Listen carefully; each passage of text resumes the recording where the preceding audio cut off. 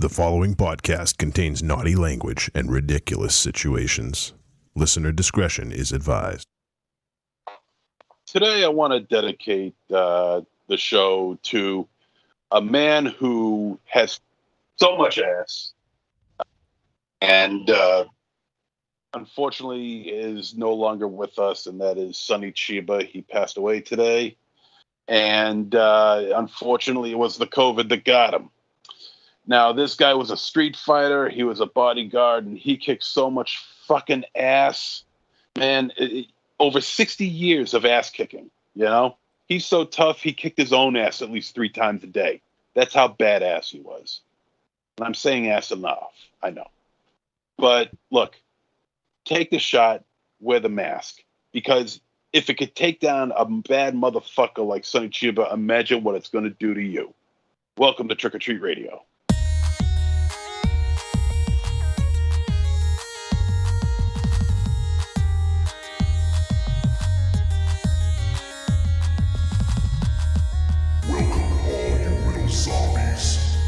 Listening to Trick or Treat Radio, starring the Deadites.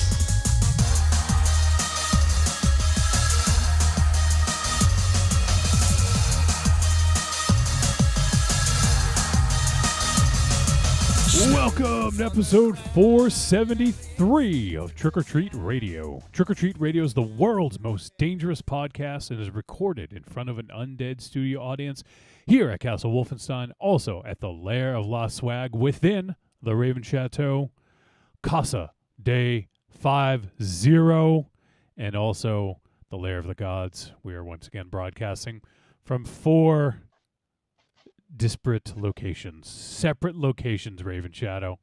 Can you believe it? If I don't wanna. You didn't have your headphones on. I caught you. No, I heard you. I know. You were fixing your hair, though. I was doing some stuff. I was doing some things for the live show. Some stuff for the live show. Yeah, just using my hand gestures. What does that do? I don't know. I think Corny likes it. You know what I Corny mean? really puts up with your shit. Never mind about your hand gestures. Well, to be fair, it goes. I help Corny out too. But no, I get excited. I do. I try to do the number of things with my hands. I turn the. I don't think you can help it. I'm Italian. What does that mean? He's not perverted. He's Italian. Yeah, no, Italians are like. You're not a pervert. You're Italian. Hey, listen. It's different now. It ain't the 80s. But no, I turn the red to green. Little thing I have over here. Now, you see this from the... No, you're like a million miles away. Well, I don't know. And then just fucking come home, John. Stop. That little thing that means absolutely nothing, you have to fiddle with it. What is it? No, but you guys remember from the Brazilian restaurant we went to? In a different continuity, the dinner we had? Oh, someone's going to die tonight? That one? Thank you. Someone's got to die tonight thing that we stole all those. And this was the thing that when they would eat earmuffs, Johnny, when they would keep serving us, meat, in courses. Everyone had this in front of you. It didn't help because I did earmuffs over my headphones. It didn't help. Fuck. If we can edit it. But yeah, when you didn't want to eat anymore, you'd have the red on. But when you wanted to keep the potty going, you'd have the green on. So I want to keep the potty going. Yeah. The potty? Yeah, why would you keep the potty going? Like the toilet? Yeah. Depends how much you eat. Speaking of potty. How much Taco Bell is involved? Speaking of potty, I just watched the Woodstock 99 documentary. Ooh, yeah. God. Did you guys see it? They really nailed the fucking scene of that era, didn't they? Yeah. They really nailed what was going on in the culture at that moment in time. The one thing they didn't mention was the Attitude Era. It's true. They mentioned Girls Gone Wild and all that stuff, but the Attitude Era was probably just as much responsible for some of that shit. Well, I mean, listen. How far back do you want to go? In Raven Shadow, that's the era you keep reliving. No. All right, slow it down. Fuck it. The Attitude Era died for me with the when Mark Henry and was it Mabel? She gave birth to the band. Mabel. Not That Mabel. would be something. Mabel, if Mabel and Mark Henry had a child, MZ. Mae Young gave birth to him.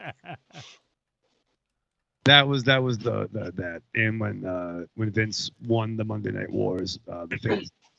But no, I think to Woodstock '99. I remember being young enough but able to go to Woodstock '94, but didn't go, and then thinking, okay, maybe we could go do '99. But the lineup wasn't really that good. Yeah, because Kid Rock was on it. It wasn't even that. It wasn't even that. It was I was trying to get your goat. yeah. Look, it's '90s music. Of course, they were angry. But I mean, that's the thing too. Like, so I watched up until the Fred Durst set. When they were talking about, I think they tried to construct a narrative that maybe was trying too hard. I mean, if you want to talk angry male culture, you can go back to fucking some shit back in the day. Oh, Aries is fucking, turning his fucking, crossing his arms. But I mean, like, I am sorry. Go ahead. I love that. I love that's a very cute face that you make there. And that makes me smile. I can't believe this show is dedicated to all this crap. What? Thank you. Yell at him. I'm not yelling at anyone. I'm listening. Yeah, keep going. Raven Shadow's nonsensical ramblings. Well, All right, I'm sorry. MZ, it's your turn to ramble nonsensically. Yeah, no, it's not my turn just yet. Def Leppard was pretty nuts back in the day. When their drummer had two arms, and that's when I stopped listening to music. But no, I never liked fucking Limp Bizkit. I remember seeing them at the Warped Tour. I think you were there, Aries, part of that crew that went when the Bosstones headlined, and then after that, is that the one where we saw the Aquabats, or is that a different one? It was the one where I think we all drove. We had a caravan of like 2 or 3 cars. Yeah. And I think Aries one time was like even like surfing on water. It was raining a little bit. Wagoneer. And then Smoke and Ty and I, like, we were in traffic and we went out to the Chinese restaurant to get ice cream. It was a great show. But after Bosstones left, Limp Bizkit came on, and everyone like walked away like, "What? Put your hand in the air, suck balls. We're Limp Bizkit." Like, fuck you. No one gave a shit. I'm pretty sure that's a Fred Durst fucking lyric. It is now. It is now. But I mean, I couldn't get to a band called at that time, 18, 19, I couldn't have wear a T-shirt with a band that said Limp and Bizkit on it. As much. Did you have a Kid Rock shirt? That's where I first saw Kid Rock on the backstage. And I got to say, like, I mean, once again, I'm not a big fan of his current political beliefs or his demographic. And once again, he ain't a rapper, he's an adapter. But at that time, I did see the one dude on stage that played every fucking instrument. And I liked that, and he was, I like the Bow to Bar era. But nonetheless, to hang on everyone's fuck you guys. You guys We're embarrassed for We're you. listening. Go. So, like, all male culture in music didn't exist until Limp Bizkit, right? No. Like, fuck, no. All right. So, like, Gigi Allen had a lot of fucking non-female fans, I'm sure. There's a lot of fucking punk bands that catered to all male. Male aggressiveness is fucking the tale as old as time. White men in particular. Yes. Okay, continue, I guess. No, I mean, they fucking white dudes fucking can really suck sometimes. And it was a shitty event. Stop romanticizing Woodstock. Fuck it. Stop doing it. Fuck it. Stop making Woodstock fucking festivals. Don't do any more. Well, I don't think they have. Well, there was talk of doing, I think, another one that ended up petering out. You should go to Coachella, Raven Shadow. Yeah, maybe. I mean, I don't think that worked out well either. I think Burning Man, I would do that. I would love to see you. Fucking Burning Man. Like it's essentially like Mad Max come to life. Yeah, I don't want to do that either. Would you It's be too much sun. would you be okay with that? I don't know. It's too hot, probably. Too hot. I'm too fucking goddamn old to be as old. You're too goddamn old. MZ's older than you. He's not too old. But hey, he is. All right. Well, MZ, are you pooping? You look like you're pooping. My brain is just turning into oatmeal right now listening to this asshole. Wait, it wasn't already? No, it wasn't. What am I saying that's not right? Or why? What am I saying? Sorry, not what I'm saying is not right, but what am I saying that's wrong? It's not what you're saying that's wrong or what you're saying that's right. It's just what you're saying, period. Because nobody knows whether it's right or wrong. We just know that it's just a garbled mess. It's just indifferent. All right, before we get too deep into the fucking rabbit hole, on tonight's show, we're going to be talking about a Tunisian horror film called Dachra. We'll be discussing that tonight. We get any voice messages, we'll play those. So if you guys are listening live, you can send a voice message to podcast@trickortreatradio.com. And if you've seen Dachra, feel free to let us know what you think. Or if you've seen any of the films we've done in the recent past, recent weeks, months, years, if you checked out our latest Patreon episode that we just dropped about the 9 circles of cinematic hell, we talked about some of the worst horror movies of all time. I know Vesa commented on that and had some kind words, so we appreciate that, Vesa. If anyone else wants to chime in on that or any other thing, if you watch something you're fucking digging, you want people to check out, anything like that, just send in a message, and we'd love to hear from you guys, as always. So that's what's up for tonight. Same old format. Probably different dick jokes, though. No, it'd be the same dick jokes. You're probably right. Double D says, I love this trip down musical memory lane. Keep going, Raven Shadow. I have fond memories of that Kid Rock concert we went to in Rhode Island. You know the one. Oh, that was fucking awesome. That was when the We're Not Leaving chant broke out. And Joe C. wasn't there that night. But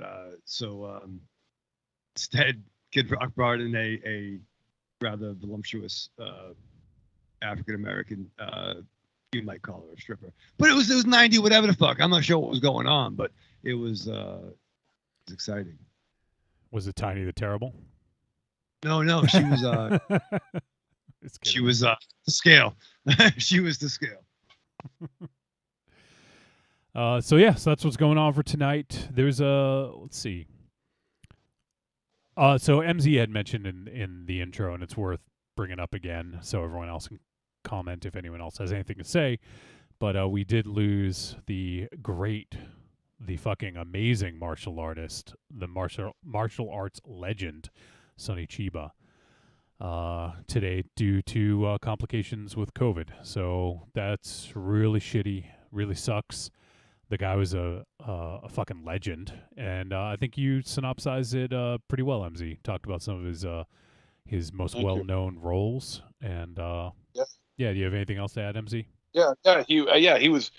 I mean, what was it? I think it was last year that Joe Bob introduced everybody to Wolf Guy, and which is another Sonny Chiba joint, and. While I wasn't the biggest fan of it, I'm always a fan of Chiba, so Viva Chiba, and I mean, he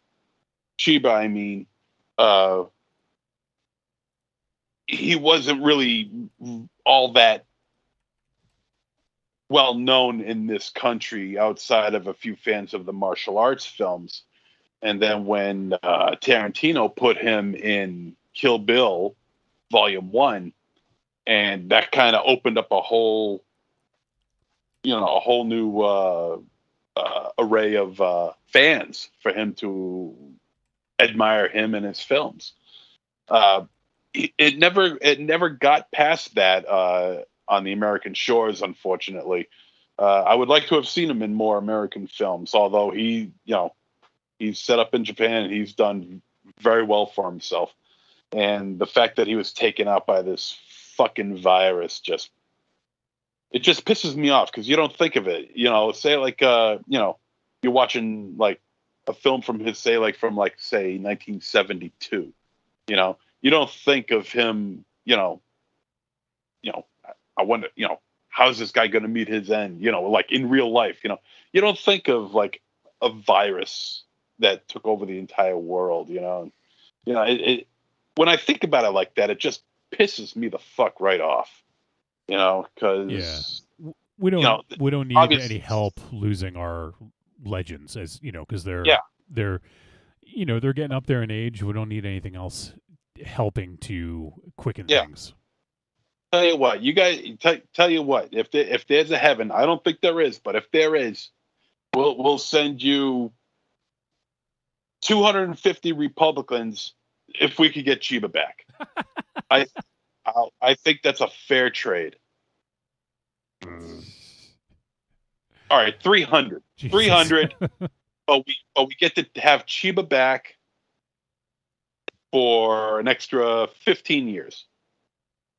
Well, I don't think he probably wouldn't have lived 15 more years, to be honest, but he was 82, but still. So that's and that could be pneumonia. How many times does fucking pneumonia fucking take people? Well, thankfully he didn't take MC. Well, just define thankfully, John. Yeah. Imagine how sad you guys would be if I had died from this fucking thing. I'd be really sad. Yeah, I don't know about Raven Shadow, but no, I would. I'd be very upset. I'd be very sad. I would not make me. That would not calm me down. That would not calm me down. But it's funny. Like I remember seeing, I knew of Sonny Chiba and I've heard some of the movies, but probably like my true first exposure, maybe it's a shame to say, was True Romance. The scene with Clarence in Alabama in the movie theater, which really kind of turned me on. I saw that when I was probably 17 or 18, but probably 17, because I was still in high school, and we had seen Reservoir Dogs, rented Reservoir Dogs first, and then rented True Romance. I remember seeing Quentin Tarantino's name. We're like, oh, that's the dude that made fucking Reservoir Dogs. And then it was after graduation where I saw Pulp Fiction in theaters with Aries. So I was still a pup back in those days. But just that imagery they use, and obviously, once again, you could describe whatever Tarantino wrote and ended up being filmed is not really his movie, whatever. But that Sonny Chiba element, I think, was definitely Tarantino, right? And to put Chiba over. Yeah, he was a big fan of his work. Speaking of Sonny Chiba, I was looking to see if we had done any of his movies, and I forgot that we did do Message from Space from 1978 on the one of our milestone shows with the Force Insensitive guys. You remember that? Yeah. He played Prince Hans in Message from Space with Vic Morrow. I think that's probably the only one we've done on the show with Sonny Chiba. I wonder if we did any of the other, let me see, any of the Shaw Brothers stuff, but I don't think he was in a lot of that stuff, as far as I recall. In fact, that's why I'm wearing a basket case shirt today. It's the closest that I got to Sonny Chiba, because in the movie Basket Case, our hero Dwayne and Belial are in a 42nd Street movie theater watching Sonny Chiba's The Bodyguard. Yeah. So this is about as close as I got to representing Sonny Chiba tonight. So there we go. 6 degrees of Chiba. 6 degrees of Chiba. And let me see. It looks like he has one more film that's in post-production called Bond of Justice, Kizuna. And let's see. It's coming out October 1st. I don't recognize the director, Ryuji Yamakita. But yeah, starred Sonny Chiba. So it looks like we'll get one more. It was a action drama thriller. So yeah, it's sad and it sucks, especially because we lost him a little sooner than we should have due to COVID. But dude was a fucking legend, and I'm glad that he transcended the genre films that he was in the 70s and 80s, and the people who were influenced by him, like Quentin Tarantino, ended up putting him in their films, in subsequent years, and and a whole new audience got to be, see his work. So I think that that's pretty cool. Well, I think also I haven't seen the films yet myself. I know you guys have. So, I mean, I guess I'm talking a little bit out of school when I say this, but I believe that John Wick was also highly influenced by the films of Sonny Chiba. Because I know that Keanu Reeves is a big Sonny Chiba mark. That makes sense, yeah. Yeah, I could totally see that. And by the way, you should probably watch those movies, MZ. They're pretty good. I think you'd dig them. I've been meaning to, believe me, for like the past 6 months. I've been meaning to. They're not your typical like Hollywood action fare. That's for sure, I think. Yeah, I definitely want to check them out. So let me see. What else? I'm trying to think of. There's some other stuff that I watched. I'm continuing to watch Wellington Paranormal. I finished season 1. Pretty funny shit. I thought there was something else I watched. Maybe not. Oh, I watched the first episode of What If, Raven Shadow. Have you seen it yet? We're halfway through. Halfway through a 30-minute episode. I don't feel it was 30 minutes. God damn it all. You don't feel it was 30 minutes. I don't think it was. Correct. It was 34 minutes. Yeah, with fucking ads. Jesus. Ads? No ads on Disney Plus. Sorry, not ads. Credits, I mean. Not ads. What do you have? You have Disney Minus? What do you got over there? Yes. My God. Well, listen, I think it was beautifully animated. You know what I mean? But I mean, but you're not as fucked up as I am, John. You understand? Well, no one is sure. Yeah. Yeah. Jesus Christ. It's no. It's just 31 minutes. I'm looking at it. Maybe with the intro and the credits, it's a little bit more. But the actual episode itself is like 30 fucking minutes. Raven Shadow. You can't sit down with a beautiful woman without taking off your jeans. You can't watch a fucking show for 30 minutes. I got problems. I got Disney Plus. My version is fucking 45 minutes. You got fucking Disney double negative. Yeah, no, I mean, I get fucking narcoleptic, but no, I like the animation. It's cute. Drawings. They're not drawings. They're not. God, this fucking sucks, man. It's computer animated. They're not drawings. They're not art drawings. They're not good art drawings. Right. Computer rendered. Rendered. I wish you would get fucking like destroyed by a fucking flesh render. I might drive into traffic. I almost did today. I almost wanted it all together. Almost. What stopped you? I don't know. Ollie doing this. Ollie in the show. What a mistake I made.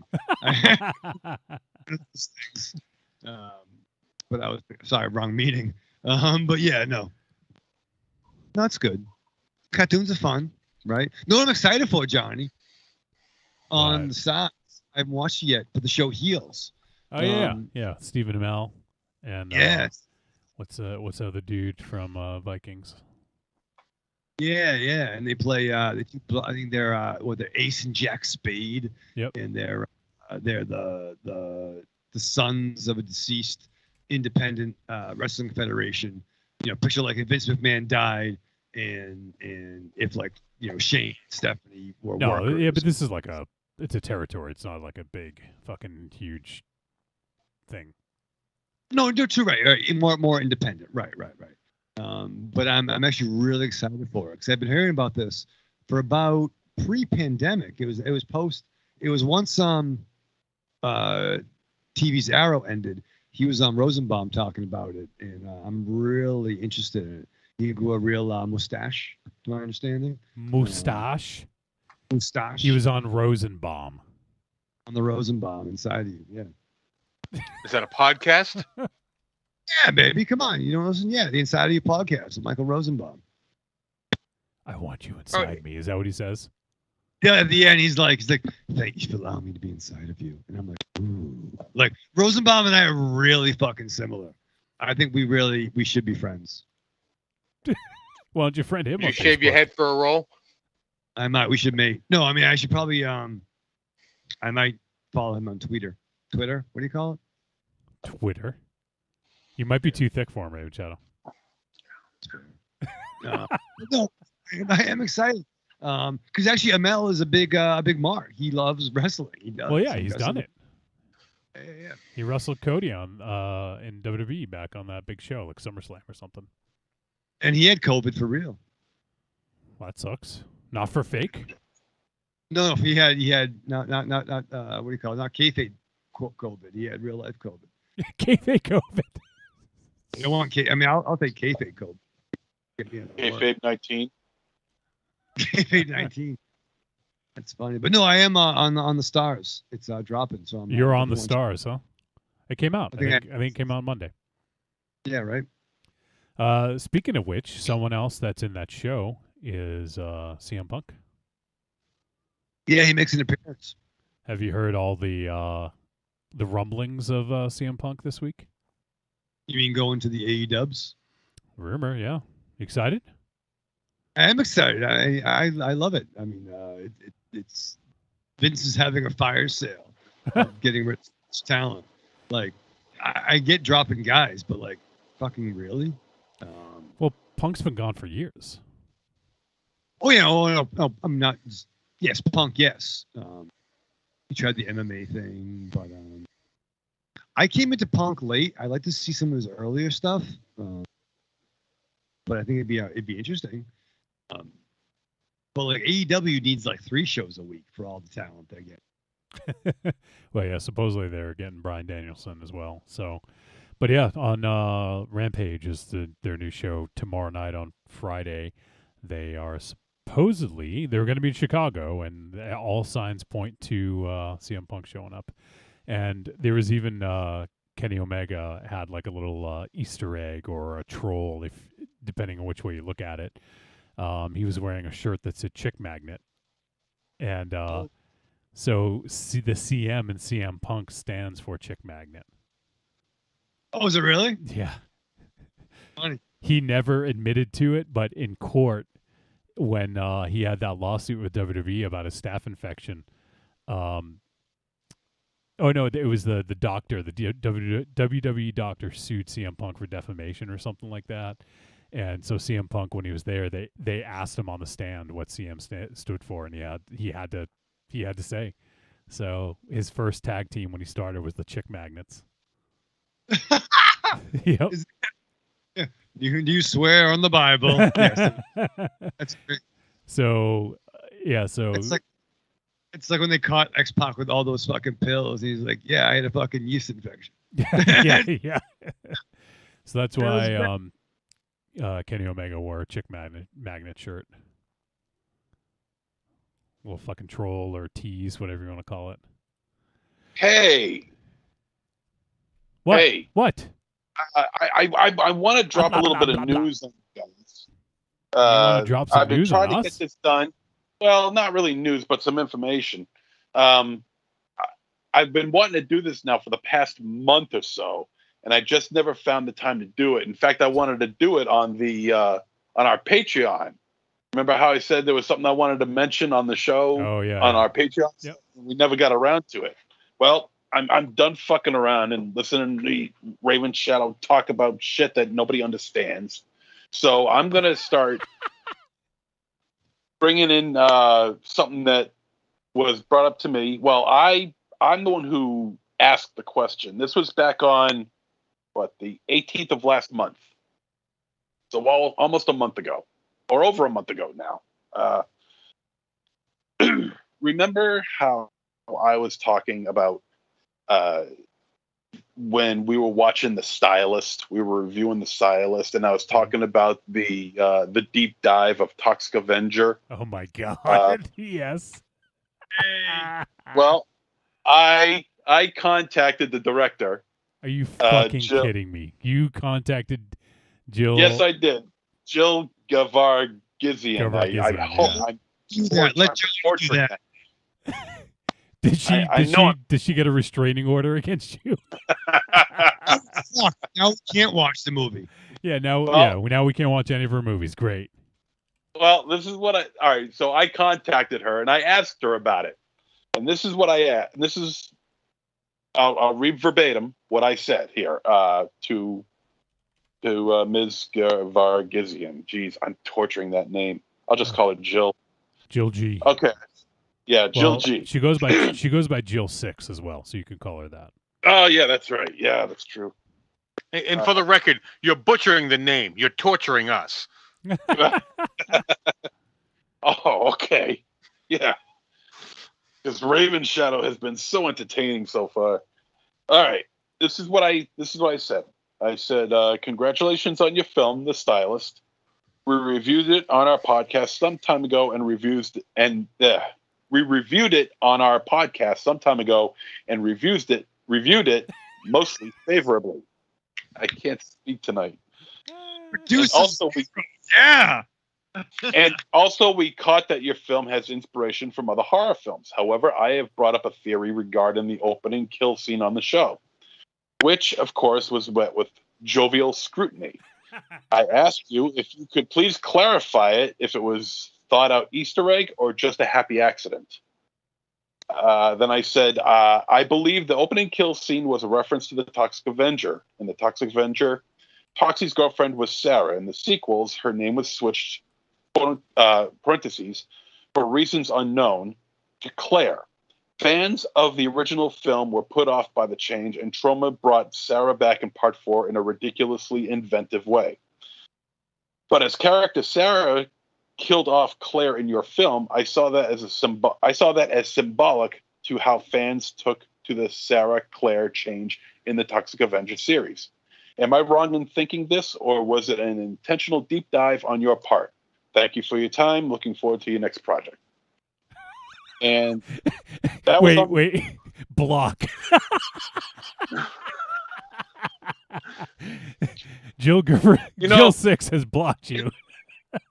Not everything is a joke, okay? Learn to take life a little bit more seriously. Okay, so says the guy that makes everything a joke. So that was on the 18th of last month, okay? I heard back from her 3 days later on the 21st. And she says, "Hi, this is awesome and hilarious. No, that was not intentional at all. I have not even seen the Toxic Avenger series. What a wild coincidence. I love it. Also, thank you so much for watching the film and reviewing it on your show." So you fucking psychopath. Never email. Well, Yeah, I did you thought leave that was a going to line be a out? 10-minute. I thought that was going to be a 10-minute I Yeah. told you so thing.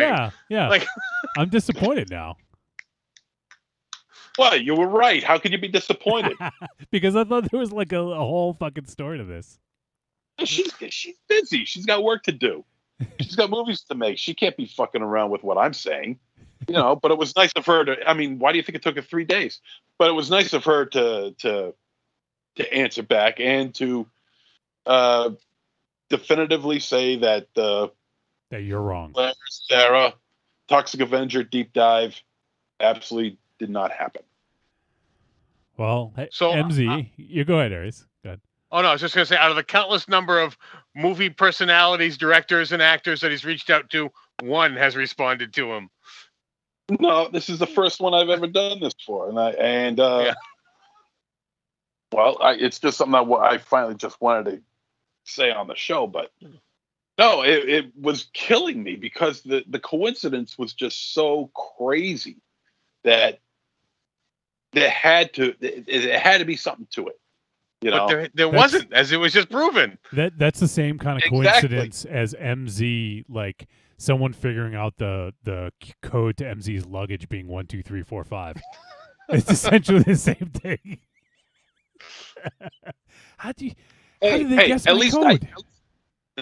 at least I asked, okay, and not thinking for the rest of my life, is this, a coincidence or not, and turns out it most absolutely is. Double D. You sleep better? Yeah. Double D chimes in, says, I read between the lines, MZ. Jill G definitely wants you. Oh, come on. Jesus.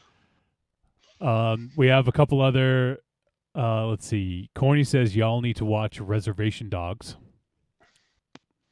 I do. Yeah, It's I've on my heard of that. to-watch list. Yeah, it's great. It's a great title. That's great. If I'm not mistaken, it's Taika that was involved in that somehow.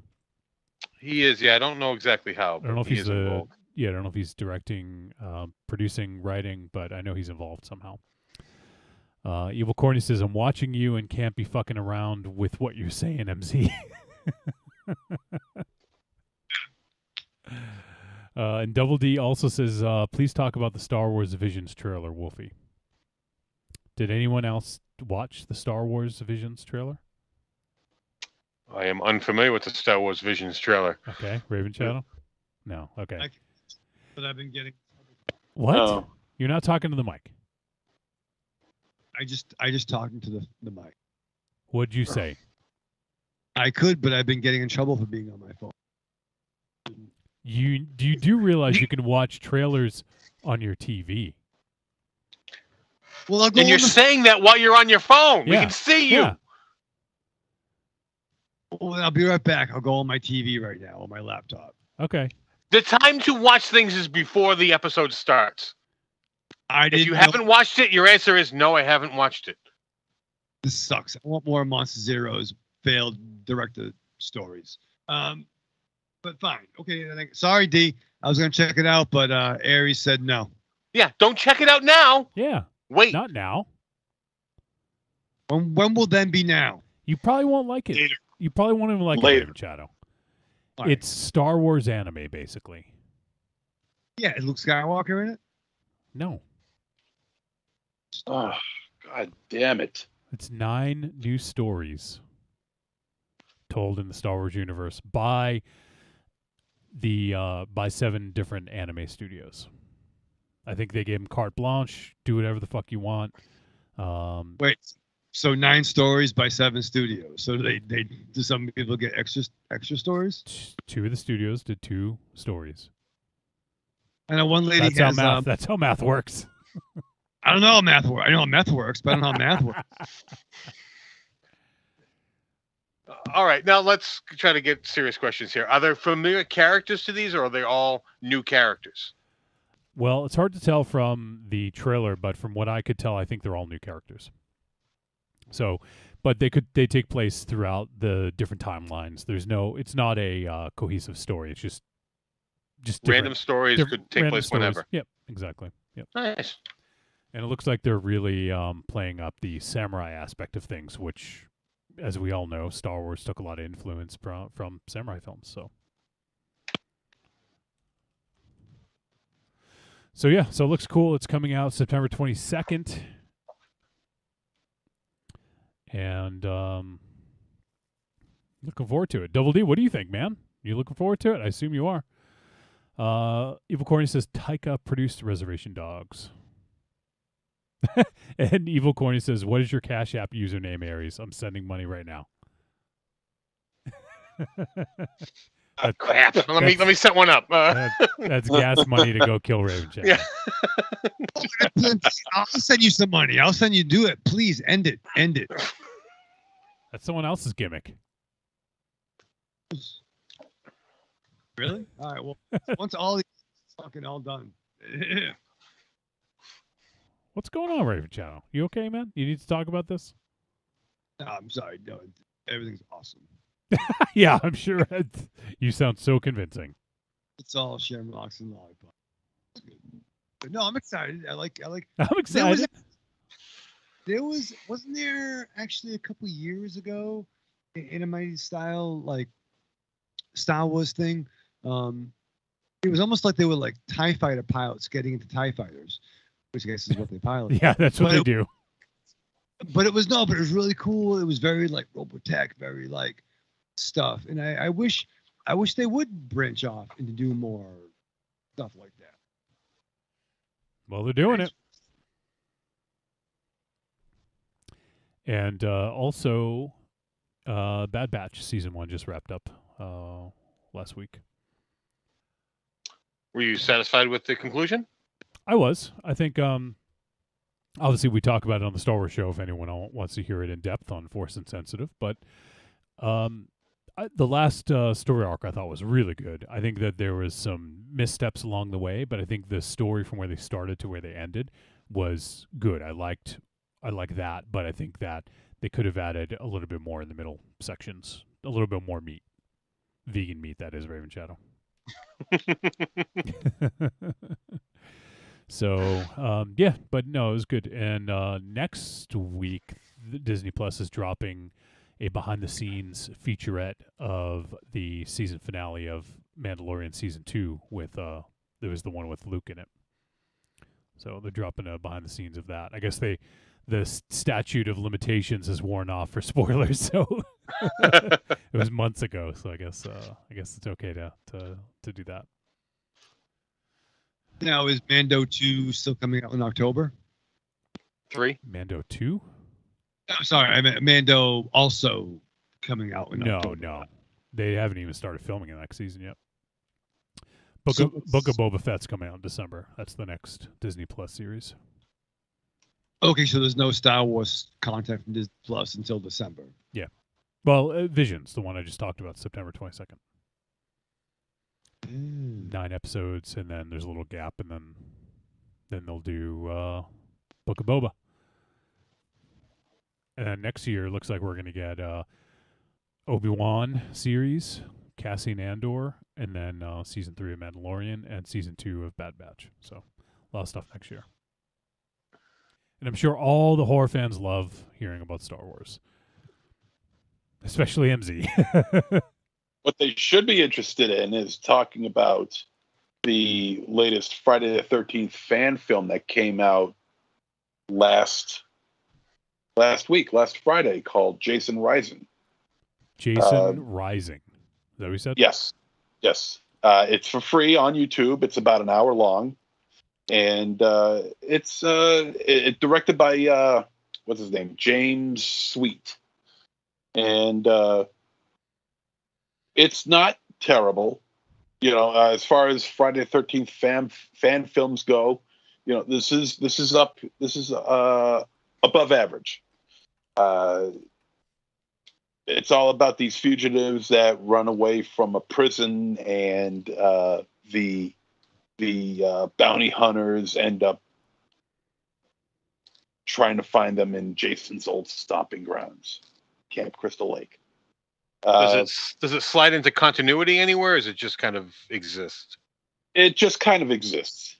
There's some areas that are highly questionable. Especially regarding Pamela Voorhees. I swear they got like the 1960s version of Joey Heatherton to play Pamela Voorhees, which is absolutely ridiculous. You should see who plays her. It's ridiculous. It's like Mrs. Voorhees is a very motherly person. You know, she's older, and what they have here is some like 25-year-old girl playing her. It's ridiculous. But and without seeing this, I'm just going to try to justify to what we thought was an older woman when we watched that. Wasn't that older of a woman? Oh, I agree. I agree. As a matter It, of fact, it was just our perception of an older woman. I get what you're saying, and you're right. Betsy Palmer in 1980, she was about 53 when she did the movie. But I mean, I get what you're saying, Aries, and you're right. But just the idea of seeing someone that young playing Mrs. Voorhees is just so funny to me. Even though it's kind of correct, because she had Jason at a very young age. So when he died, she was still relatively young. She was like basically still in her late 20s at the time when he died. So, or early 30s. So it kind of makes sense, but the original series has just ingrained in us that Mrs. Voorhees is a much older woman, and so it's kind of a little weird, but at the same time, it's in a way correct. And there's a couple of cameos at the end that is worthwhile. Even though some of those still don't make any sense. But cameos, you mean not by the actual actors or just their characters? Actual actors. Okay. Actual actors. And but you know what? It's not terrible. The some of the acting is actually pretty good too. But you can find it on YouTube. Look for Jason Rising, and the reviews so far that I've seen is pretty mixed. Maybe favoring towards a positive review, but definitely check it out. You could certainly do worse. You know what, MZ? I'm sold. I'm gonna watch that. Was it the you couldn't do worse part? Is it what? Was it the you couldn't do worse that sold you, Aries? No, that just sounds kind of interesting. I had heard of this before, and I didn't mean to check it out. It just slipped my mind. Slipped my mind. Yeah, definitely check it out. Vengeance is one that I could forget about. Voorhees is one that's okay, but this one's pretty good. This one's not too bad. Check it out. All right, there you go. Another recommendation by MZ. So, was there anything else you guys want to talk about that you watched, or anything new and interesting before we move on? All right, let's do it then. So, we'll wrap things up. We're going to talk about the movie in a few moments. And but first, we're going to let you know how you can help support the show. There's a few ways you can do so. The best way, the biggest bang for your buck, is to go to Patreon. Patreon.com/trickortreatradio. Because you know what? You help support us in different increments, whichever tier you want to get into, starting at $2, just $2 a month. We give you stuff in exchange. You get exclusive episodes. You get access to the Discord. You get blackout tapes when they happen. You got the Masterpiece Theater Movie Club. You get all these other things. You can even come host a show with us and pick the movies that we talk about. All that. So we give you something for your support. So if you guys want to check it out, patreon.com/trickortreatradio.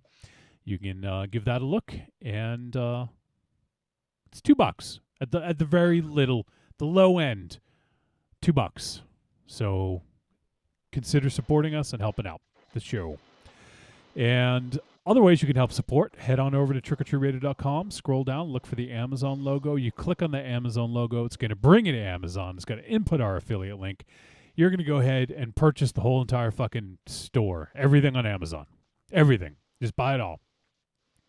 And then we'll get probably millions of dollars for that. So, no, you don't have to buy it all. But we know a lot of you guys shop on Amazon. Use our link. We get a little cut of it, and it helps. It helps. Every little bit helps Raven Shadow because it doesn't cost them any extra. But it helps keep the lights on, Johnny. Right. I almost stepped all over your line, so I just, put it on a silver platter for you. Yeah, I know. I mean, the way it's been going, you've been a little rude lately. What? How You've been a have little aggressive. how have I been rude? Tell me. Tell me all the ways. No, you've been a little. All right. Well, let me. Those that support Patreon, I'll tell you more about it for that. No, I think you've been a little bit aggressive, a little bit of you've been starting some controversy. I think you've been, stoking some fires. Which fires and which controversies? I mean, the back catalog, but I think we can all, we'll move forward. No, we all don't. No.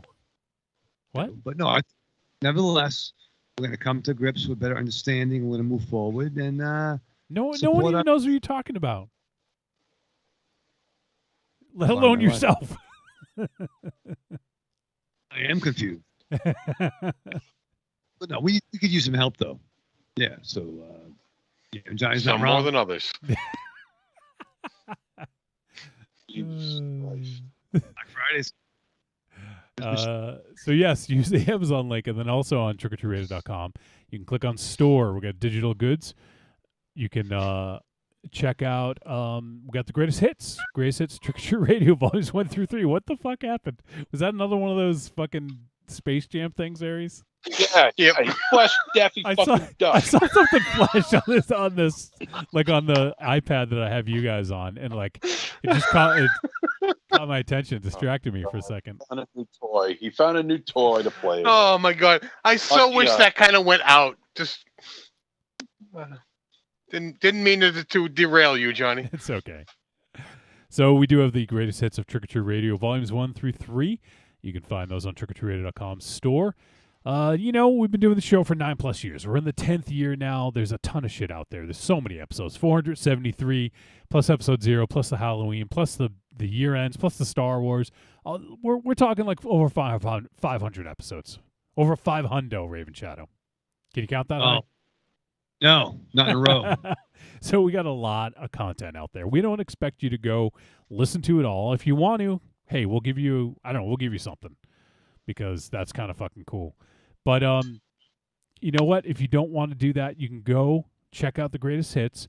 You can check out the highlights, the lowlights, the midlights, everything in between, the interviews, the arguments, the songs, all the other stuff, all that other shit. It's on there.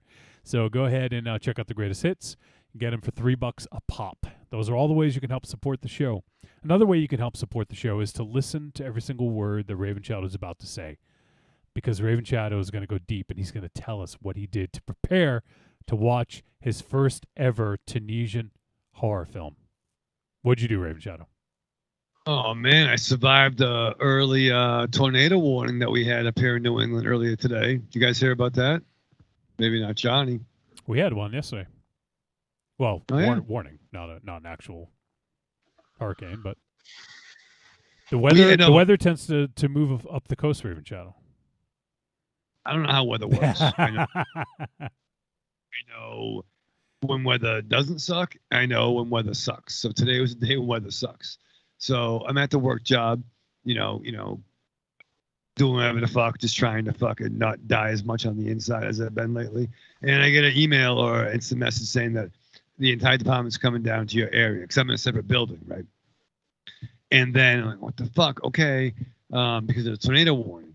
And then I get another message saying, oh, everyone who's on site is now coming to your area. So my area is a former bank, and it's in a separate location. So worst case scenario, there's a vault in the back everyone can go into.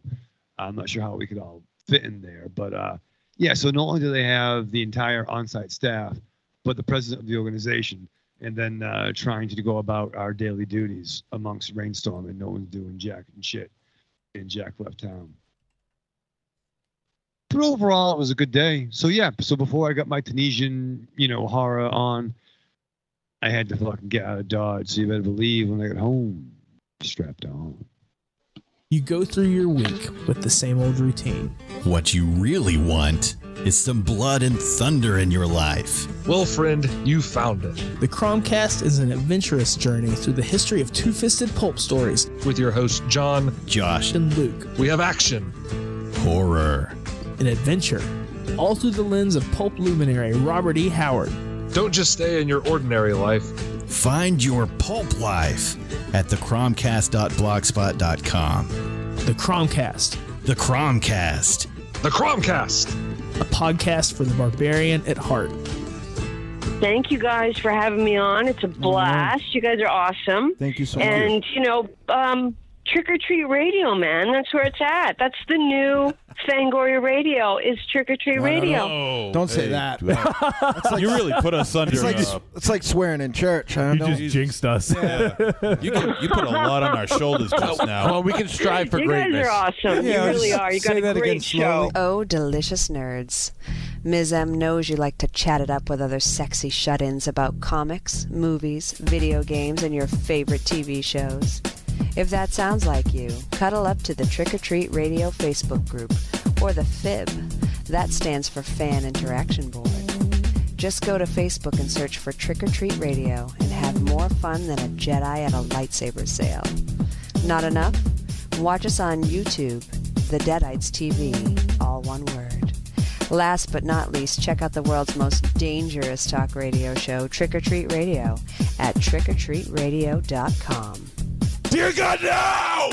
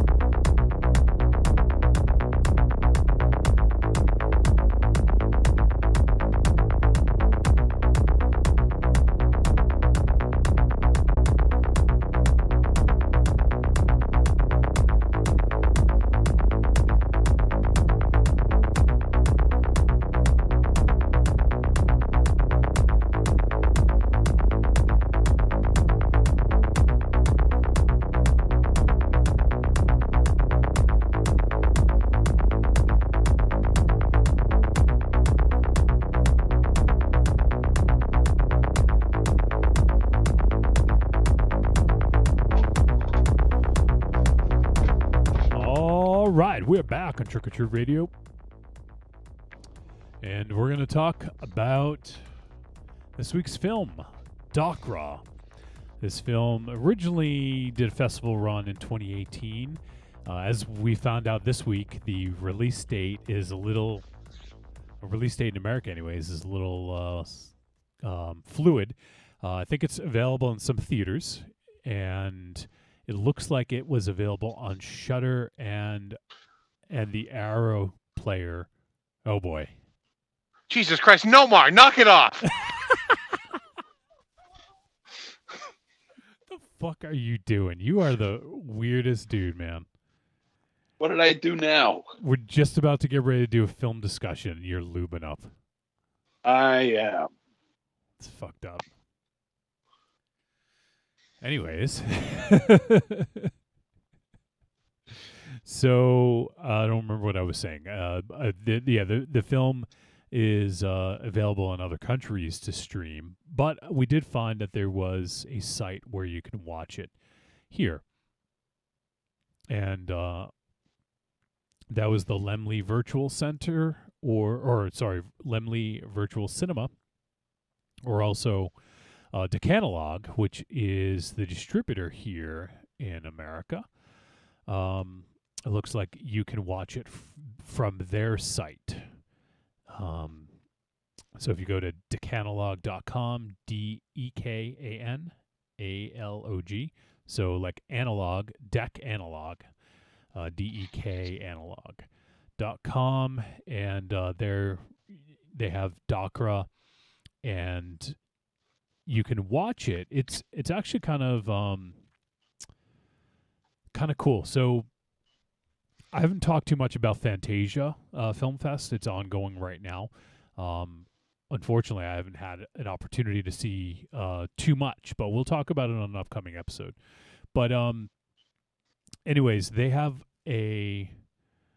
there's like what they have is like a virtual cinema. So it's like a website you go to, and then you create an avatar, and it's like a 8-bit sort of environment that you walk around in, and you can see like film posters, and you can go into like a bar. There's like a karaoke bar. So in a way, they have created this virtual space for you to experience Fantasia, which is kind of cool. But I also noted that Decalog has a similar thing. And they have their own virtual space where you go in, and you can go in and you can actually purchase the movie right from this virtual space and then watch it on your browser. So it's kind of cool. And I don't know if I'll have time, but I think it would be kind of cool to build one of these for Trick or Treat Radio. And it's GatherTown is the name of it. And you can create these 8-bit virtual spaces that is really kind of an interesting concept. But anyways, Decalog also has one. You can go to their site. It brings you to their GatherTown virtual cinema, and then from there you can create an avatar. You walk around, you go up into the movie theater, and you can purchase a ticket and watch it from there. So it's kind of cool. So if anyone wants to see the movie based on what we've talked about, as we're about to talk about, that's one way that you can watch it, is to go to decalog.com and then just find Dachra, and then click on it, and then it says you can visit our virtual cinema space here. You click it, and then you are invited to create an avatar. It takes like 3 seconds to do, and then you enter their virtual cinema, and you can purchase it. So kind of a cool thing. All right, so let's go through some of the deets, as Raven Chow likes to say. Raven Chow's never said that once in his life. I have. Have you? You say deets? I don't think so. Lydia Dietz? Silence. He's not even listening. I'm listening. I'm listening, but I don't think I've ever said deets. I don't. Well, that's the joke. You've never said it. Deets nuts. All right. So Dachra is a Tunisian horror film, and it is mostly in Arabic. And as I mentioned, 2018 is when this did its first festival run. And the film is written and directed by Abdelhamid Bouknak. And the film stars Yasmin Damasi, Haila Aid, Aziz Jabali, Bilal Slatnia, Bari Rahali, and Hedi Majiri. The synopsis: an investigation into witchcraft leads a trio of journalism students to a mysterious town marked by sinister rituals, inspired by true events. So, I haven't actually got confirmation, but I think this may be one of the, if not the first, Tunisian horror film. Obviously, I haven't seen any others, so I wouldn't know. But I did see someone claimed that it was the first one, so I couldn't find any information to back that up. But regardless, it's the first Tunisian film I've ever seen. Have you guys ever seen any Tunisian films that you know of? Nope. No. Mm-mm. So it's interesting. I mean, Raven Shadow, geography lesson for you here. It is in Africa. It's on the northern end of Africa. You remember we talked about this last week? We did. It's where they filmed Star Wars. Star Wars, yep. And if you cross the ocean northeast, you'll end up in the toe of Italy, as we talked about, Raven Shadow. Right. Yeah, the boot. Das Boot. Das Boot. Das Boot of Italy. Das Boot of Tunisia. I like that. I like that. I like that Italy shaped like a boot and Florida shaped like a dick. I like that. That's so. A flaccid one at that. I don't think so. I don't know. It's pretty impressive. I mean, it's maybe not at full power, but it's like, hey, you know. There's the before. There's the after. Wait. I'm sorry. Is the dick before and the boot is after? Is that what you're saying? What? No. I think, but if Is I think Italy kicking Florida in the nuts? Maybe. Definitely in terms of their intelligence and their handling the pandemic. Why is it impressive? It's hanging down. But there's like not at full power. It's like, oh well, nothing's happened there. But maybe it's got like a weird like swollen part on it. Why ain't a fucking you know what I mean? Yeah, what? But like there's like all right, fair as guys, right? You know, when it's cold out, you know what I mean? But then like if you're before and then when you're at full power, there's definitely somewhere in the middle where you're like, hey, before you get excited, there's something going on there, which can be impressive. I'm face palming for you, Aries. No one knows I'm talking. Face palm for both of us. If it's a dick and it's pointed down, it's flaccid. Yeah, but if it has some like, you know. Oh my God. You're really defending this. I don't know. You set me up and I'm trying to fucking swing. And I set you up. You set me up. You're the one who said it. No, but like it's like there's Florida like looks like a dick. No one. All right, fine. Oh my fucking God. Keep digging. Keep digging deeper. Wolfie, I am going to punch you in the face. Bring back. Why are you going to punch him? Why are you going to punch me? Because you keep asking him questions, and you know what's going to happen when you ask him questions. Well, you know what? You're not going to as absurd that it is, it is entertaining. Is it really? It's in some twisted, demented way. It's entertainment. Oh. There are people right now laughing. Thank you. With him, or at him. I'm not sure yet. Yeah. Apples and oranges. I like countries shaped like body parts. Countries and states. Name another one. I'm not sure what they are. Provinces. Okay, we got two. So name a third. We got a foot and a dick. Last could kind of be like a weird fucked up Belial fucking arm, right? What would be? I'm sorry. Did you just call Alaska an arm? Well, Belial isn't it going to hook up? I mean, I don't have a map in the studio. Excuse me, but doesn't Massachusetts, the Bay Area, look like a bicep? See, there you go. Yep. Not yours, but yeah, no, I mean, like fucking cretin. Are you wearing pants? Yeah, I'm wearing. No, not wearing shorts. I just saw some of your leg. You saw some of his Florida. Yeah, I saw some. No, I saw some of your lower flesh. Your Florida was hanging out. Yeah, take a look at Dade County. Put Tallahassee away. So, anyways, Raven Shadow, to run with what you said, I had to look it up, and apparently, Aussies are friends in Australia. That's what that means, Raven Shadow. An Aussie is an Australian. You understand that, right?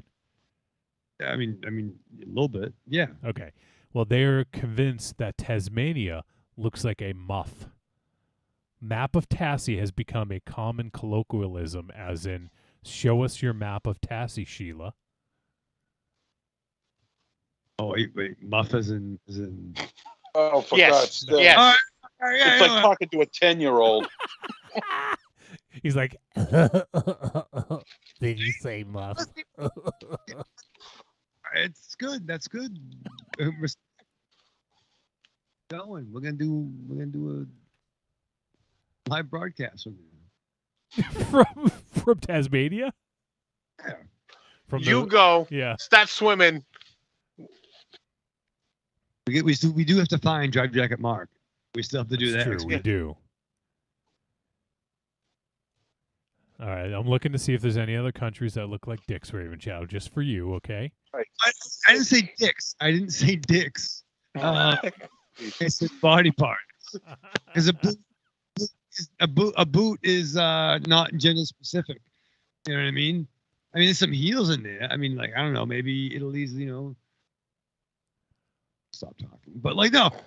Finland. That's exciting. Finland. Oh, yeah, that looks like a big old dick. Yeah.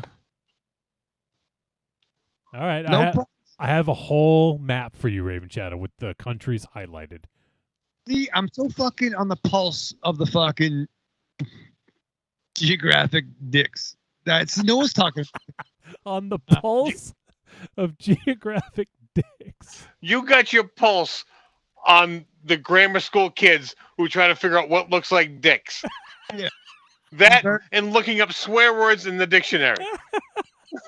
That's my fan base. That's my fan base. Like, you wonder why all your fans are 12-year-olds. Okay, perfect. Is fuck actually in the dictionary, Raven Shadow? Probably is, man, at this point. Yeah. You want me to look? Yeah. Okay. Now, my big question is like fuck in the dictionary, like F-A-A-A-A-K. No. So you want to know if an accent is in the dictionary, is essentially what you're asking. Okay, fuck is in the dictionary, Raven Shadow. Verb, used with object, slang, vulgar. Definition 1, to have sexual intercourse with. To treat unfairly or harshly. Yep. All right, you get the point. I'm not going to read all the fucking definitions. Yeah, well, because that should be like the longest entry in a dictionary. Fuck. I mean, yeah, there's noun, verb, adjective, just it covers all the bases. There's 14 different definitions of it. And it's probably like, as used by Sam Jackson. Like, Sam Jackson would have his own. So, hey, there you go, Raven Shadow. You're creating content. Look at that. Thank you. When we're supposed to be talking about a movie, you're creating content. Now, mind you, he's not saying good content. Right. Just content. Thank you. Or maybe others might say cocktent. Not until now. But yeah, no, it's good. I'm glad for the support. Support.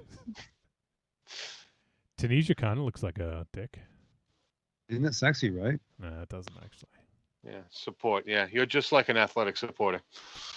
Like a fluffer? I can't believe we had that conversation. Evil Corny said I'm still waiting on the username, Aries. MZ, what are you reading? Crystal Lake Memories? Yeah. Crystal Lake Memories? Just like memories. Get your head out of your asses. You're not reading. I am reading. It's upside down. Read to us, MZ. Read us the story. Yeah. Chapter 1. Do it in the Raven Shadow accent, though. Yeah.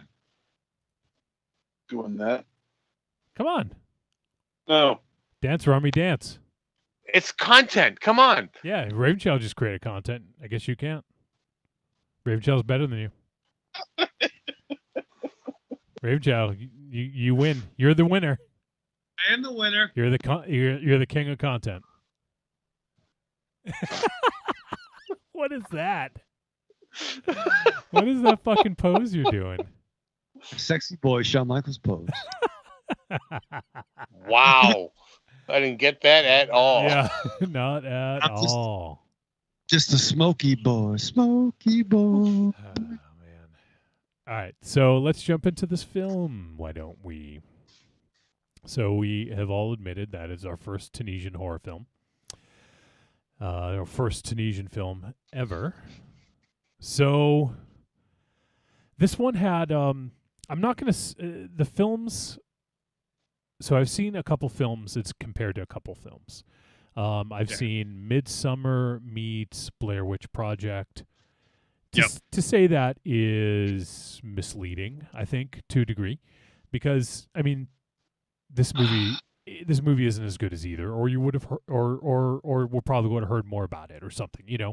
It's not as good as either, but there is some stuff here, and I think that there is I think it's kind of an interesting premise we have like 3 students, and their project, they have a project is to make a documentary basically of something that is, how do they describe it? Exclusive. There you go. And not the revolution that that everyone did their papers on, or their documentaries on the year prior. So that's what they're tasked with, is to create an exclusive documentary for their journalism class. Now, Raven Chat, you must have fucking loved this, because you're all over this journalism thing, right? It's true. Once again, I'm too goddamn old to go back to school, but that's my mulligan. And that was not lost on me watching this. And I think that description is still fair. When I watched it, that was some of the things that came to me. And to your point, it's not a like-to-like or apples-to-apples comparison, but I think that's a fair elevator pitch if you were to describe this. No. I'm going to strongly disagree with that. That it's just, that creates a false idea of what this movie is. But you, without being upset, you think you don't think there are any similarities to fleeting, not enough to even compare in a description. Interesting. It's referential, but it's not exact. I mean, there are some similarities, but you can't say it's an outright. You can't say that it's an outright rip off of. Well, no one's saying rip off, but I just don't think it's this. Any similarity isn't enough to be put in any kind of description. But that's why I did frame that with, it's not a like to like comparison, but there are. I got Blair Witch, just the film crew in the woods being lost. Maybe that's not reinventing the wheel, but I think that's what came to my mind. And that was just a small part of this. But that came to my mind too. I mean, it was rather academic. I mean, Blair Witch, 2 guys and a girl go out into the woods to do a project on a witch. Same premise here. 2 guys and a girl doing a project out in the woods, doing a project on a witch. It's kind of hard to ignore. But that's where the similarities end. Right. I mean, you could still Blair Witch meets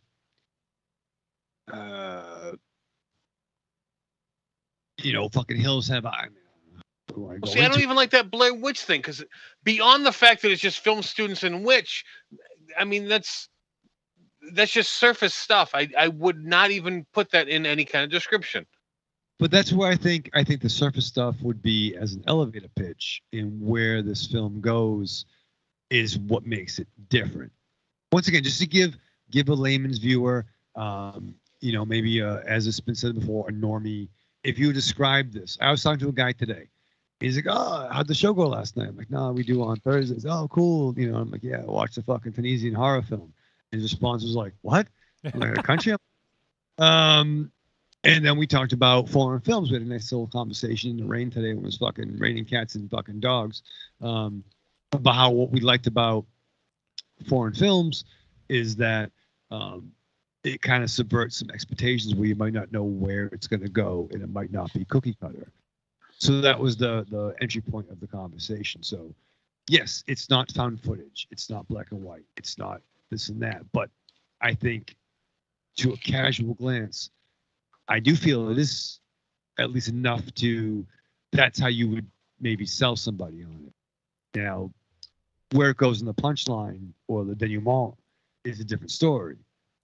And that's what makes it interesting to me in the watch. Yeah, and so, I mean, there is similarities. I mean, for sure. There's, in Blair Witch, it was a film crew. There was 2 guys and 1 girl. In this, we have film crew, 2 guys, 1 girl, in the woods. So on the surface, there is a lot of similarities. But you're right. I mean, the nuance and a lot of what happens is completely different. This is exploring a different legend, obviously.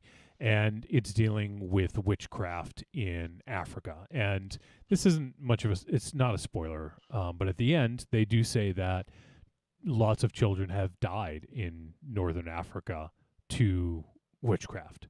So I don't know what Tunisian witchcraft is like, or northern African witchcraft.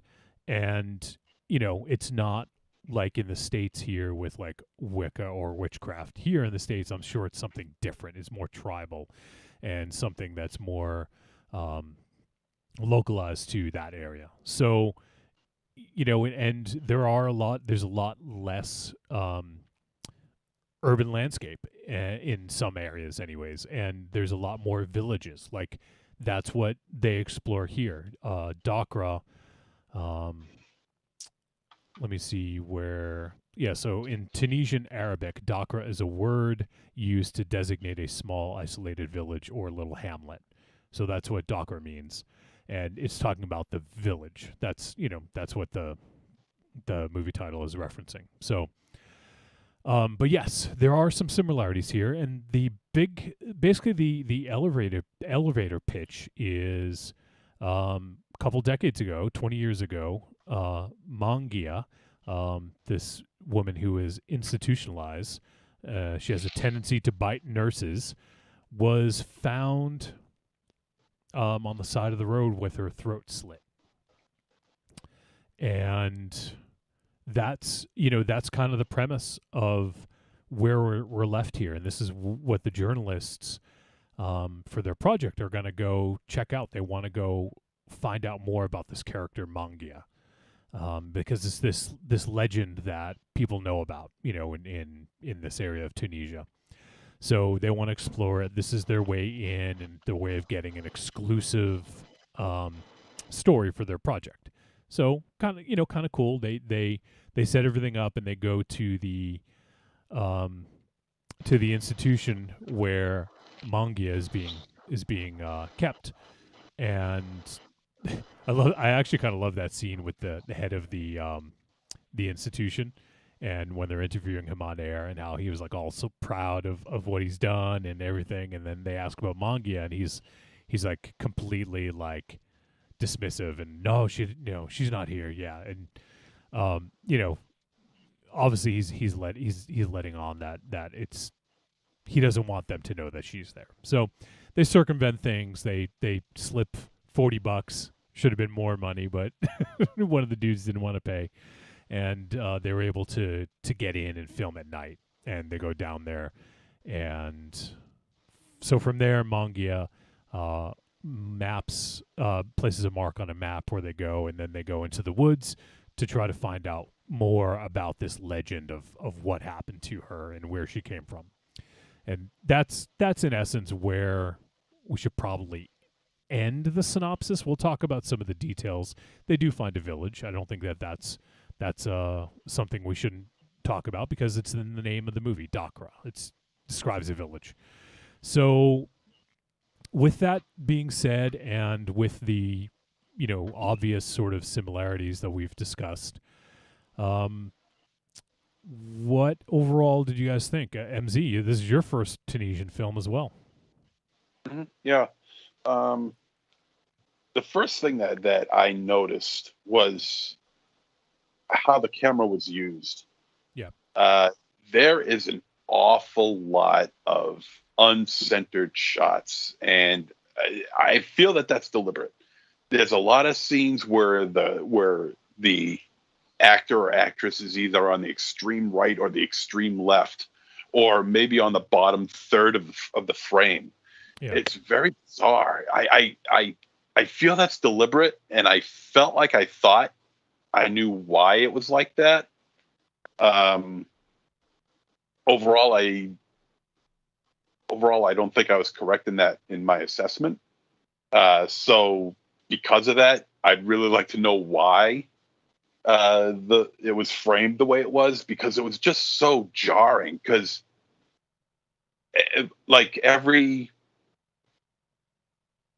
shot, with the exception of just a small handful, especially at the first third of the film, the characters are either on the extreme right or on the extreme left. There's nothing centered here. I think, I don't know, the more I thought about it, I thought maybe it might have been just trying to create a little bit of disjointed, a disjointed feeling because of the content involved, because of what the movie's about.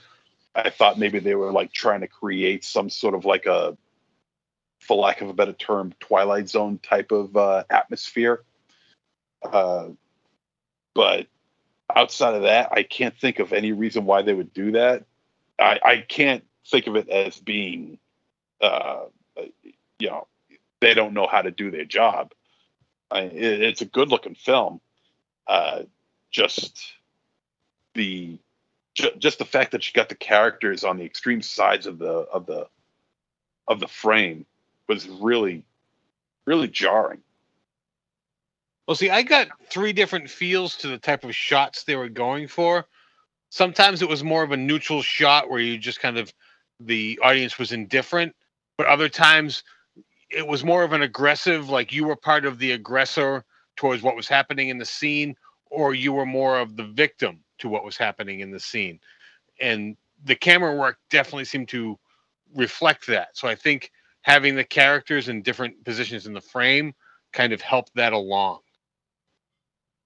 I mean, Well, it was like the forest scene when they were going, supposedly lost in the forest. You definitely got a different feel between whether they were being watched or whether you were part of the group. Mm-hmm. I see what you're saying. Also, the scene in the car where the camera was mounted on the was it the right fender or whatever? It was like on the right. Yeah. I dug that shot. Yeah. Front. It was an interesting shot, but man, it was just so bizarre. It was just so weird. I mean, I'm not saying it was bad. It wasn't. None of these shots are bad. They're just off-putting. Yeah, and it's probably because it's just not what you're used to, not what we're used to seeing. I didn't necessarily think the shots were all that off. I think I was kind of with Aries. Like, I think that they had purpose as to why. Because this is not a found footage film, but there are elements of that because it is a documentary crew, and sometimes we do see from their perspective. But for the most part, it's kind of a third person, This actually could have been a found footage movie. Yeah, no. What was that? Totally could have been, yeah. What did he say? It could have been a found footage movie. Like it had the justification to be a found footage movie. I think it would have taken a lot out of the movie because knowing what was happening in the background helped out this movie a great deal. And the fact that you never really, they didn't really show you the camera eye, the camera view was intentional. Sometimes you were viewing the camera through the person's eyes, but they weren't showing you through the camera itself. And I would agree with that. I think but I watched it like it was a found footage movie. And obviously, Wait, you put it on? You copied onto a VHS tape? Yeah, I passes off. It was fucking weird. But I agree, and especially stuff in the background, especially stuff when you got into the villagers. No, and I don't think that would have made it better, but I think it walked the line where it could have. It would have been maybe a different movie if it was, but I could see it being. It would have taken some of the heart from this movie because the fact that it seamlessly bounced from you were the fourth person of this group to you were the person watching this group. You were the aggressor to this group. And so seamlessly it bounced back and forth. That is part of what made this movie good. And you fair, maybe it got the best of both worlds with that. Like it could have been this, but it was better shooting it the way it did.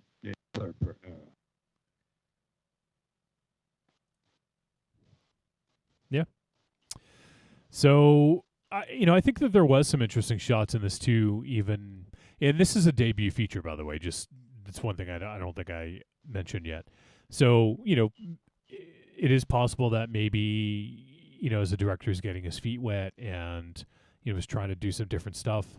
I did like some of the shots. I did actually like the shot that you mentioned, MZ, on the side of the car. I thought that was an interesting perspective. Maybe hung on it a little bit too long. It would have been nice to kind of like go back and forth between that shot. And there's another shot that I thought was kind of interesting where it was like a wide shot of like a wall, and you see the three of them walking from one side of the frame to the other, which I thought was a cool shot. It just showed sort of like, I don't know, there's just something kind of cool about it, like the passing of time of like how they're discussing, and then they finish their discussion, and then they're at the other end of the frame. So things like that I thought were pretty interesting and pretty cool looking. And also the way it looked was very muted and not quite black and white, but it almost looked black and white, right? Yeah, the colors were pretty muted in this. I agree with the black and white assessment. That's it wasn't there's no colors in this movie that pop. Right. Everything very dull. Some of the red, I guess. Yeah. A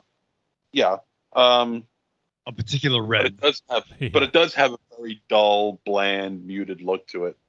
And it also looked very cold as well. So all those together really gives kind of like a very uncomfortable feeling. Like no matter how this movie ends, you're still going to have this look about the film that just feels dreadful. Yeah, you know what? I agree with that, and I think that they intentionally kept all bright colors out of this. So when they do show blood, although it's not bright, exaggerated red, it does stand out, and it looks very natural, but it's very in your face. Yeah, I did enjoy that, and I think it was a good decision. It makes this film stand out a little bit more. I wonder if that was a concerted effort from the beginning, or if that's something they realized in the editing, of like, hey, like this has a greater impact by muting the colors, So I'm not, I do wonder about that. I wonder if it was a early decision or if they figured it out in post that they wanted to do that. Now there is one bright color throughout this movie that slipped my mind until just now. Mm-hmm. That is important. I don't want to specifically mention it, but it is reoccurring and very important to this movie, and very deliberate that it is there. Yep. Yeah, I think I know what you mean.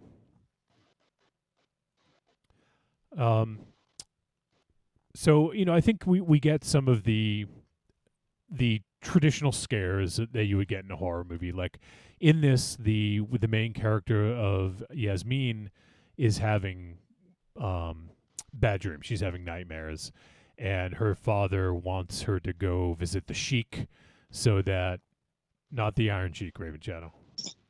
Dude, jabroni. I make him not the chocolate Sheik either.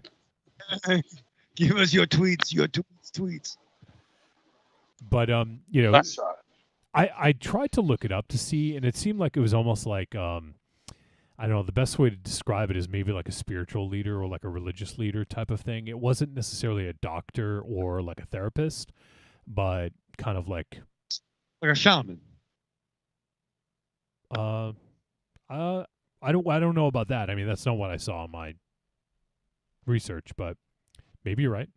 Did you research Raven Shadow? No, don't pick up your phone. Oh, I'll get in trouble again. Why don't you research before the show? Why don't you think of this? Why don't you take notes and remind yourself next week, do some research. All right, let me ask this question. What made you say shaman? Because I just make up as I go along. No, but no. Like Sheik. Yeah. No, but like to be like a wise man, like a, you know what I mean, like a. So your understanding of what a shaman is what you thought this person was. Don't squeeze the shaman. Oh, Jesus. All right, MZ, you can just sign off right now because you're not getting better than that. Yep. See you, MZ. Good night. That's Pete. Shit. You made Raven Shadow fucking do the Def Comedy Jam laugh. What the fuck? All right, Raven Shadow, don't squeeze the shaman.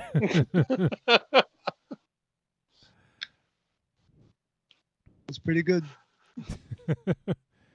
Whoa, do you have a different cup there, Aries? Oh, I got a lot of these. That's not the Batman one. Is that Spider-Man? No. I got a lot of this. It is Spider-Man. It's Amazing Spider-Man. So it's 20 years old. Jesus Christ. Okay. How much whiskey do you have over there? It's the second part of the show, so now I moved on the water. Because if I drank all whiskey for the show, I'd have a hell of a hangover tomorrow. So I got to move on the water.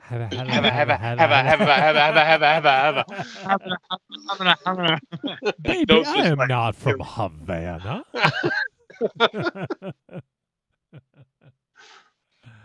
Oh shit! I haven't seen that movie in about 20 years. I'm almost afraid to watch it now. Oh yeah, it's awesome. I'd probably be ashamed at what I laugh at, but I'm still gonna laugh at it.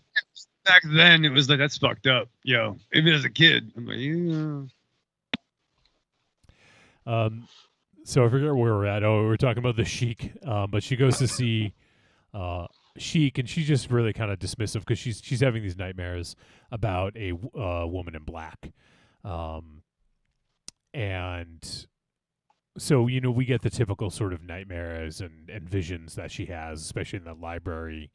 And things like that. So we get some general creepiness. There's something about her already, before we even enter into this village that they go to. But, once they sort of are on the way there, you already know that there's some creep factor going on of like, all right, shit's not quite right here, obviously. And there's also some cultural stuff that we probably don't really know about. Like, for instance, when they went to the village and they were gonna get put up for the night, Yasmin wanted to stay with her friends, obviously the two guy friends, and right. And he was like, no, like you have to sleep with the other women, like it's not allowed here. But she kind of fought tooth and nail. Was like, nope, they're like my brothers. I'm staying here. Right. That's what they met Shard, right? Was his name Shard? As kind of like what was his name? Was it Shard or was it? Wasn't Shard. Bilal and Waleed. He's talking about the one who Saber. He was Saber. Saber. Or Saber. Saber, I think is how they met. Saber. I think that's how they said it was Saber. But yeah, it looked like Saber. Yeah. Yeah. Right. So I mean, like right from the jump, this dude is like, the fuck, you know what I mean? Like, but right, yeah. Oh, I've talked to the women; they're fine. You can sleep with them. No, I'm staying together. Yeah, we're like siblings. So like, yeah, right. It's definitely some cultural things going on. Yeah, and that's something that we don't know much about. And honestly, like I wouldn't have even known. I mean, maybe this is showing my ignorance, but I wouldn't have known that Tunisia is an Arab country. Like in being in Africa, I wouldn't have known that. If I hadn't research or look into it. So that was definitely kind of an interesting wrinkle, and we haven't seen a lot of films. I mean, I think we've seen a couple. Trying to remember some of the other films that we did. There's that one, forget the name of it, where the bomb was in the apartment. Do you guys remember that? And that was really good. I can't remember if it was Israel or if it was Arabic, but anyways, yeah, there was one film we did a couple years ago. And yeah, but we haven't done too many, so it's one of those things that we don't really get the cultural references. We're just not going to. Especially because I didn't even know that Tunisia was an Arab-speaking nation. I didn't know, and maybe that's fucking ugly Americans or whatnot. I mean, like some parts of the world, all we know of their culture is what was in our '80s action movies. Like who was Chuck Norris fighting? Right. Or I mean, like who was in Delta Force? Who were the bad guys in that? And we just don't know. And obviously, there's some things that are fucking happening in the world currently that I can't speak to. I will speak for myself. I don't fucking understand the political or whatnot ramifications of some shit going on. But it is funny that no matter where people live or country or whether it's people will still go into the haunted house, right? Yeah, that's a universal theme. It's fucking pandemic. Like, I'm not going to wear a mask 'cause I'm American. Perfect. Or when someone says, hey, this is a bad scene, you should leave. No, we'll probably stay. No one leaves fucking bad scenarios.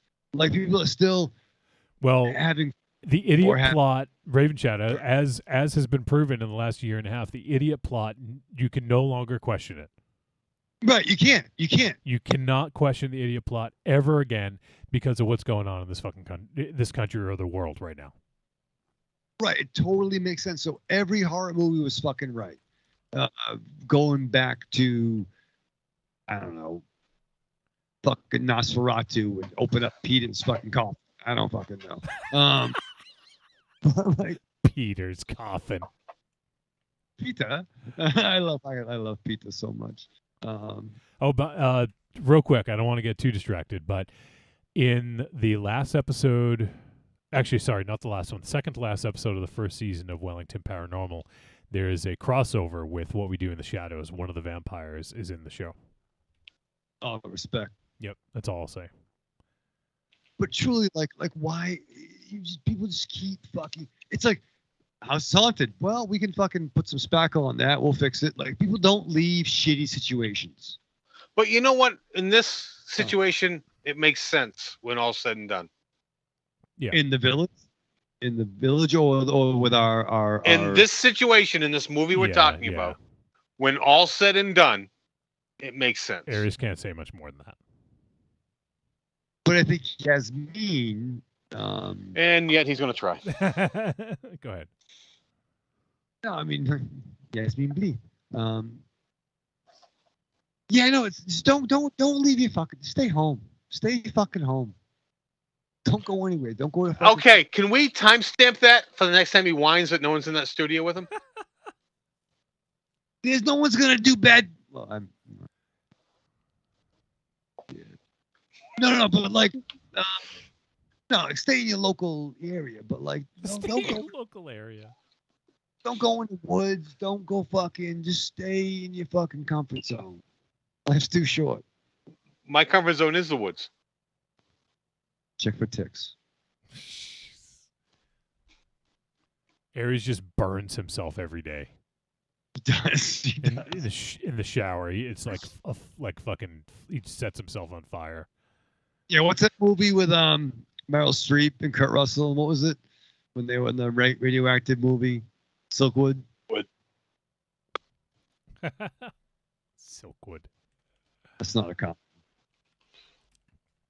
Aries is an airlock. Were you going to finish what you were saying, Raven Shadow? Aries said something. Okay, you don't know. Yeah, just don't just fucking just stop. There's no reason to go anywhere. You got internet. Stop. Yeah, just we would never have horror movies if people just stopped. But no, but we have horror movies every fucking day. So right. Take it back to the idiot plot. You can't complain. You can yell at someone. Don't go into the basement. We are going to go into the basement because we are dummies as a human race. We are fucking dumb. Get vaccinated, wear a mask so you don't get sick. Yeah, right. But the point here is that these guys, they want to get their report out. They want to get their exclusive report and their story out, and so the reason for them doing that is obvious, and it's the only reason that they're there, and they're willing to pay out of pocket to get exclusive interview rights or breaking laws or anything like that, just to score a decent grade on their journalism exam. So, I mean, there is a reason for all this. I mean, all right, this is to be a dick. All right, this is to be a dick comment, but like, is there a lot of Tunisian journalism? Like, is that like where like their Daily Planet in Tunisia? Is it the equivalent? You know what? I'd have to guess that people that live in Tunisia have newspapers and news, so there probably is a need for Tunisian journalists in Tunisia. Just guessing. Raven Shadow, maybe you should move there. I ain't going there, man. You can be a journalist there. I would be a great Tunisian journalist. I would. It's great Tunisian journalist. I would. Too goddamn old to be a journalist. But no, but like, yeah, okay, whatever. Get a Tunisian Pulitzer Prize. Pulitzer Prize. That's funny. You do realize that shit happens outside this country, right? He's like, what? Huh. Oh, it's good. It's exciting, but no, it's I don't know. It's just fucking everything's. I don't know why is that hard to believe that someone in another country wants to be a journalist? No, it's not hard to believe. Once again, it's awesome, but like, I don't know. I mean, I don't know, man. But what? What is your problem with it? All right, so fine. We have several colleges in fucking our state, right? In our city. In our city, there's several colleges. But like, you know, I ain't going to fucking Corto Maltese. I'm going to fucking Becker. You know, the grade ain't that important to me. Yeah, but these people are from Tunisia. The fuck are you talking? And people that are going to school tend to be passionate about what they're going to school for. So they're willing to take risks and sacrifice for their passions. Well, I cannot relate that to that anymore. Obviously, because you keep on saying you want to be a journalist, yet you can't even get through a movie. Well, I ain't gonna be a fucking Cisco or even, but yeah, fine. So no, if you still have passion, then fine. Put yourself in negative places. Raven Shadow's critic name is going to be Seabert. Yeah. Yeah, no, I'm mega streaming. Jesus Christ. What Paxel? What? Paxel? Is that what you said? Not Paxel. Pax of butts. Oh. Yeah, Paxel Foley.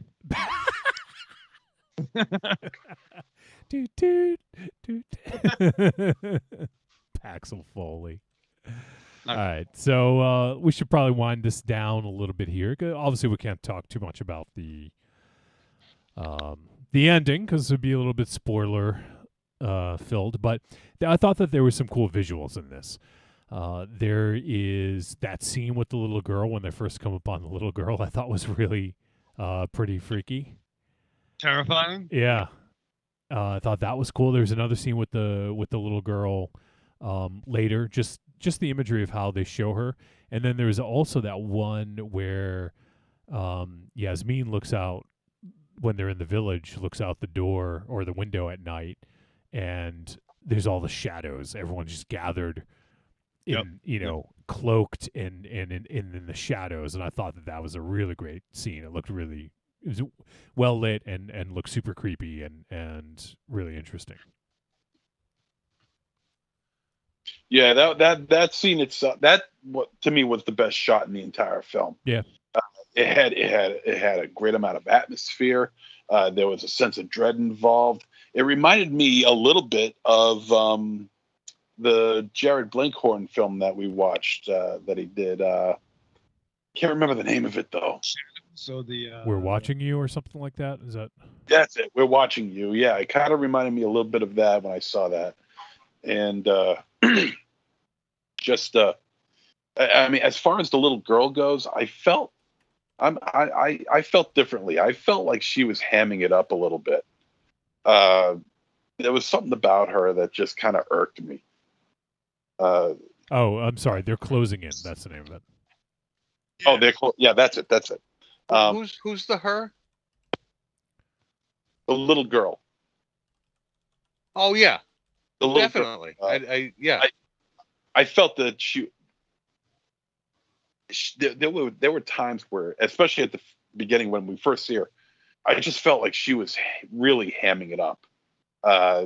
It almost took me out of it because. Well, of that.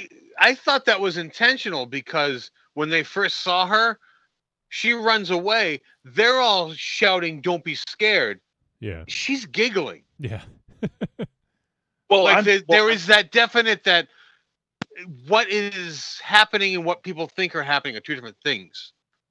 Well, I'm referencing to her eyes. Her eyes were like exploding out of her head, like John Lithgow's in Twilight Zone the movie. It just looks so hammed up. It just didn't look good to me. Regardless of the intent, it just didn't look right to me. I think you're missing something with the character, and I think there is a payoff with that. Yeah. Oh, there's a big payoff with her. Yes. But with that though. But with that particular scene, when we first see her, I was like, "Oh God, no." But I mean, it gets better as the movie goes along. And this is a bit of a slow burn film. I mean, there's a lot of distrust going on between our three heroes, as well as with Saber, and the deal with Saber. I mean, there's a lot of stuff going on with him that you just got to question, and things don't start really picking. To me, things don't really start picking up until like maybe the last 20 minutes of the film, and they do pick up. This is a bit of a slow burn, but those last 20 minutes really pay off, I think, and I'm glad they did, because I was really on the fence about this film at this point, up until that point. What else was I going to mention? I think, some of the shots I thought were really well done, to the point where they're kind of like more memorable than they might have been otherwise. Like if they didn't have some of these shots, I'm not sure if this film would have been quite as memorable. So I think that was a good decision to have some of the shots really stick out like that. Is there anything else you guys want to bring up? I thought, the score. I thought at times I thought the score was pretty well executed. For the most part, it was good. There were times that it was a little too overbearing. I will actually agree with that. Yeah, I agree. So, I enjoyed it. Anything else you guys want to bring up before we head to the verdict? All right. Let's go to the verdict. Trick or treat, baby. I wonder if people would say you're a trick or a treat. Trick or treat, motherfucker. All right, it is verdict time. And before we get MZ's thoughts, I just wanted to mention that First Time Mike popped into the chat room. And he says, "Evening, family. Got a free moment to check in with some of my podcast fam." And he said, "Working for a busy metropolitan newspaper. Scoop Raven Shadow is on the case." All right, MZ, let's get your verdict on Dachra. Well, we were talking about the similarities between this and Blair Witch Project, and we talked about how, on the surface, it seems like it's just an homage to, of sorts, but it's about as far as it goes. It's really not much more than that. The acting is good, not great. I felt like the performance of Yasmin was a little stilted. And But I think the one who played her uncle or her father, Grandfather, I thought. think. Oh no, Grandfather. sorry. I think it was uncle. I think you're right. Uncle. I thought he was pretty good. I thought the two guys that she was with in her crew was pretty good, and I also like the comedic interaction between the two, almost throughout the entire film. I mean, it was a serious friendship, a serious collaboration, but there was friendly comedy going on between the two. Friendly banter and like kind of poking fun at each other and stuff. Yeah, so it kind of lightened the mood just a little bit. It is a slow burn, and but the last 17, 20 minutes or so make it pay off, and it's a decent payoff too. If this is Tunisia's first horror film, it's a good one. This is a treat. All right, let's go to Aries and see what he has to say. Yeah, all the characters in this movie definitely seemed real. This seemed very down to earth in its story. As far as the acting goes, that is one of my problems with foreign movies. At least I can't get a true feel of how the acting is because I don't understand the language. So I feel there is a little bit of a loss there. But like I said, the characters do feel real. The story does feel real. So it feels very natural. It is a very slow burn movie, but there is enough little spots that keep you interested to get you through to the end of this movie. And MZ is right. The last 17, 15 minutes or so of the movie is where it really, pays off. But unfortunately, that payoff is just a little lacking for me. I just wanted a little bit more from this. It is very abrupt. The payoff happens and then the movie ends. I wanted a little bit more for my time I had invested in this movie. But this movie is visually very well. There's a lot of very good camera work in this movie. So check this movie out. This movie is a treat. All right. Let's check in with Michael Ravenshadow. And yeah, no, I mean, this isn't like complete bullshit. Like I would agree with what MZ and Aries did say, like legit. I thought the friendship was felt between these three. And maybe to some Aries' point, like with I'm not sure how much you can control the subtitles, but there's some characters, I don't think they would have said in that part of the world, cops, call the cops. But dealing with like the emotionality of the actors, at least with the subtitles, I felt they were a crew. Yeah, there was definitely some creepy things going on here, and as it progressed, it was an interesting turn. Now, it did really amp up towards the end, I would agree, especially that last 20 minutes. And maybe it ramped up on a found footage level in some degrees. And maybe some of that was lacking in what they were showing. But overall, this is a first-time film by the Tunisian director, Tunisia. I'm definitely excited what this country does next. No, but overall... What the entire country does next. How'd they do in the Olympics, Ravenshadow? I don't know. I don't know. They probably had a good effort. You know what I mean? Like, I don't know. What do I know about the Olympics? I knew the 84 Olympics. Or 85. You know about the smoking Olympics. Yeah, no, I'm a fucking gold medal fucking champ. I'm that motherfucker. But no. I was, all seriousness aside, I was engaged. Great punchline. And I did enjoy this film. So I would say this is definitely a Tunisian treat, man. Check it out. Don't be scared. All right. I will also give it a Tunisian treat. I dug this. I think, if this was, I don't know, I hate to say, like, if this was an American film, maybe I wouldn't have looked at it the same way. But being potentially, if not the first horror film from Tunisia, or one of the first horror films, I think that they did a really nice job with this, and I think there's as we talked about, there's some really key scenes that really stick out. I did like the interplay between the characters, all three of them. I thought, like, it reminded me a film that we saw recently was Candicia, and we talked about how all those friends had this really good rapport, where it felt natural. It felt like, well, that's what you do. You just bust on your friends. Like even that scene when I don't remember which one it was, which of the friends from Dachra, but the one that was like feeling sick and they pulled over to the side of the road. Like,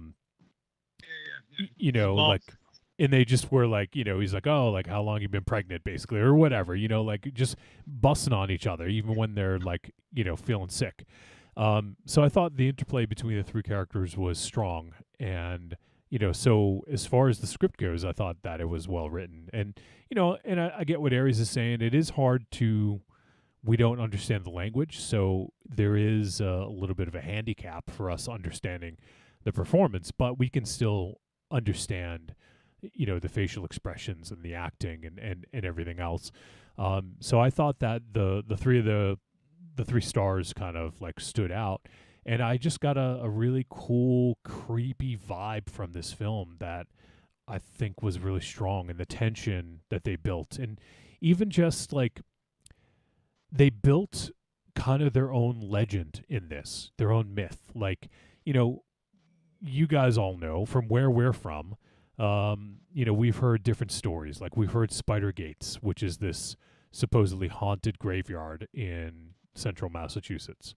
And I'm pretty sure we've all been there many times. I know I have been. I'm sure you guys all have. Right? Yes, that's down the street from my house. I know, yeah. But, so when you go there, the legend, the stories, the myth. So it's almost like its reputation precedes it. So you already go in with this creep factor. And I feel like they did a good job of establishing that with the character of, was it Mangia? Yeah. Yeah. With that character, the one who had her throat slit 20 years ago. I think that they did a nice job of sort of introducing that and having this legend and this local legend that no one knows about and they want to try to solve. So I think that was a strong in. And, I think nothing in this film like didn't necessarily work for me. I think that it all pretty much worked. Could it have been honed a little bit? Yeah, maybe. But I think that this is a real strong entry into the the creepy sort of witchcraft subgenre. Like I think it's a movie worth seeing for sure. I would not compare it to Midsummer. I would not compare it to Blair Witch Project, but it has elements of them. And Midsummer, the element would be this village that no one knows much about, or at least you and the protagonist don't know anything about. So you get this sort of like, well, what the hell goes on here? And you learn as you go. And then there is also the Blair Witch vibe where we talked about documentary crew is going to film something about witchcraft, So, but when you're watching the film, that's as far as it goes. Like nothing in this film reminded me of either one. Like I don't think they took anything wholesale from either of those films. And I'm actually glad that they didn't go the found footage route, even though they could have with this. I'm glad they didn't, because I think it was more effective to have some of the shots that we talked about, Otherwise, we wouldn't have been able to have these cool shots that make them kind of more memorable. So, and I think all that combined with the muted palette, the color palette, and everything, I think this makes this movie stand out a little bit. And yeah, I dug it, and I hope that we see some more from the director, Abdelhamid Bouknak, if I'm saying that correctly. Probably not. But I think that he definitely understands horror, and he understands what he's doing, and I'd like to see more from him. So, well, there you go. That is our discussion of the Tunisian Treat, as we've all said. Dachra. And as I mentioned, you can watch it on Decanalog or Decanalog. I'm not sure how you'd say it, but it's dekanalog.com. You can check it out there. It's playing in some select theaters. And if you are in the UK, it is available on Shudder and the Arrow streaming service, I believe. So it is available out there, and maybe in other countries as well. So there you go. That is Dachra. Now, next week, I am very excited for this one. I think I mentioned to you guys last week what we were doing. But we will be talking about the latest film from Neil Blomkamp. And the name of the film is Demonic. Let me just make sure that this one is coming out as well, because I know last week we had some issues with Dachra. So I'm just going to take a look here and see. There's a couple films named Demonic, so that'll be interesting. I'll look while we start doing the next stuff, but yeah, I'm really looking forward to this flick. Neil Blomkamp, if you're not familiar, I think we talked about it last week. He directed District 9. That was his. I mean, that was his first feature, and for that to be your first fucking feature, that's insane. And he's also done Elysium, Chappie, and then he did a whole host of short films, and his follow-up is Demonic. So definitely looking forward to checking this one out. So we'll be doing that next week. All right, what else we got here? We got, as of now, I think we only have one voice message. Let me just double check, see if any others came in as they sometimes do. Nope, we just got the one. So let us play it. This is from. I wonder if he thinks. I almost said Tunisia, Tasmania, looks like genitals. It's our buddy Tim from Melbourne. Tim Chuma. Let's check in with Tim. Unbelievable. Tim from Melbourne here again, in the middle of the Melbourne International Film Festival 2021. What's about 6 features, including a dance shorts program, the horror movie Psychomania from England, and a couple of few music shorts in a documentary including Sisters with Transistors, which is really good if you're into the electronic dance. And also come back anytime about the ramen chef who's been running the same restaurant for 40 years, and the Witches of the Orient about the Japanese volleyball team, and We Are the Thousand. So yeah, I've still got some more to watch this week, but I've got work to do and having a rest for a bit before the next weekend. All right, thanks. All right, Tim.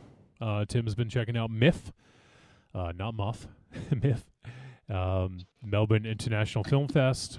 So hopefully he's digging that, and he told us about some of the features that he's checked out. So thanks for checking in, Tim. We appreciate it, as always, my friend. I didn't have very long to look up that flick. So let me look it up. You guys have anything else to bring up? Nope.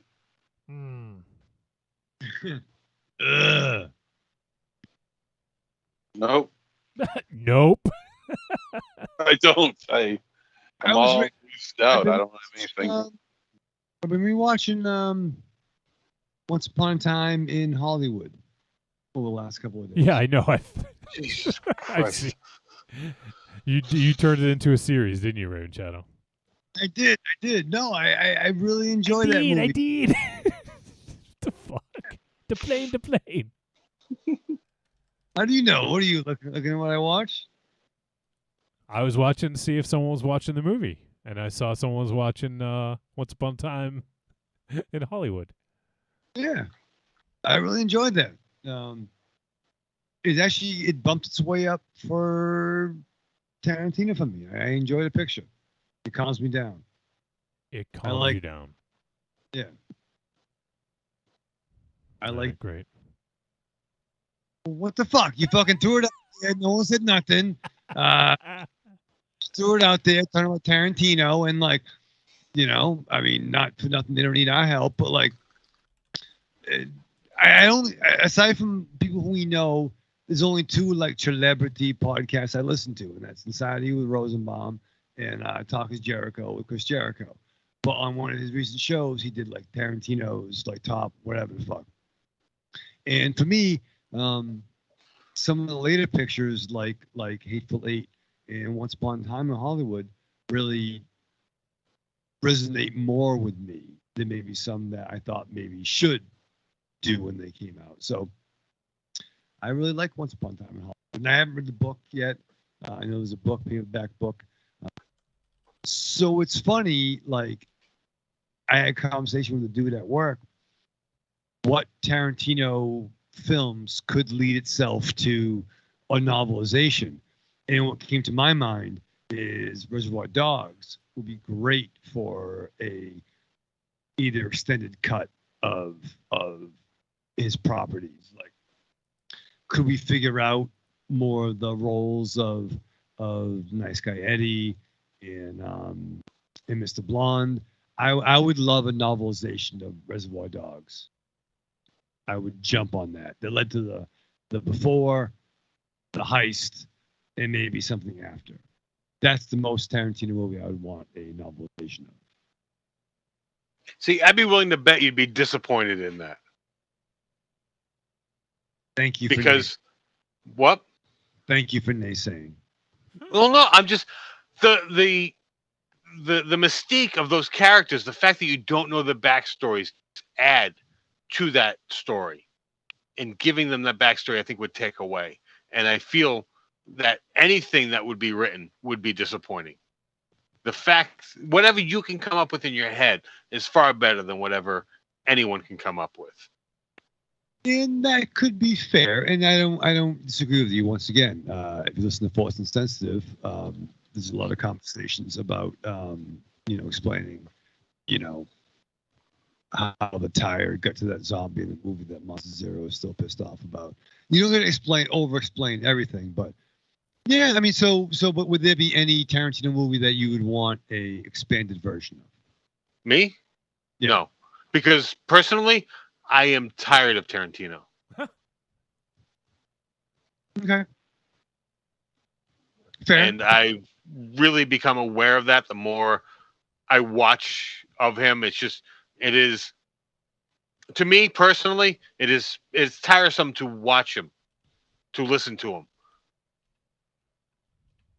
All right. And I don't, yeah, I hear what you're saying. I mean, I do. I love Reservoir Dogs. I love Pulp Fiction. Some of his other work, I only, it's not, I don't care for it as much. And some of the other movies that people love, I don't care for at all. I'm not going to start throwing titles out because I don't want the hate. But I think he is too into himself, and he is too dialogue driven at times. I don't disagree. That's what kind of why for some reason Hollywood resonates more with me now. Maybe more than some of the pictures in between. And even Hateful Eight, I watched it during the last probably snow day I'll ever have at work, because now we're all working remotely. But I watched Hateful Eight for the first time during a snowstorm. You know what I mean? So it was a great, environment kind of stuff. But no fair. I was just trying to fill some time, brothers. But yeah, no fair. I don't disagree, Aries. I love Reservoir Dogs so much. You what? He loves Reservoir Dogs. Oh. Why do you have to mumble that? Are you ashamed of that? Yeah. Are you? I wasn't trying to. I wasn't like, I'm going to... Oh, you were trying to sound cool. No, I was trying to enunciate and fail. That was you trying to enunciate. Fucking A, Johnny. Were you trying to enunciate with marbles in your mouth? I guess I fucking was. Monster Zero was fucking looking at me like a fucking dog that's been shown a card trick. He's coming in. thinking about his bed. God damn it. First time Mike, call in, please. For the love of God. First time Mike says Tarantino needs to be told every once in a while, Quentin, shut the fuck up. Exactly. That's right. Thank you. But didn't his like longtime editor pass away like right before some of the recent stuff? And enough with the feet. Enough with the fucking feet. Right? Enough of the feet? Yeah, no feet thing. A Brad Pitt stuff dope in fucking Hollywood. How dope is he? Wicked dope. On a scale of 1 to dope. How dope? He's 10.5. All right. Well, we're doing demonic. It officially hits at midnight tonight, I believe, on VOD. But I just can't find info that corroborates that.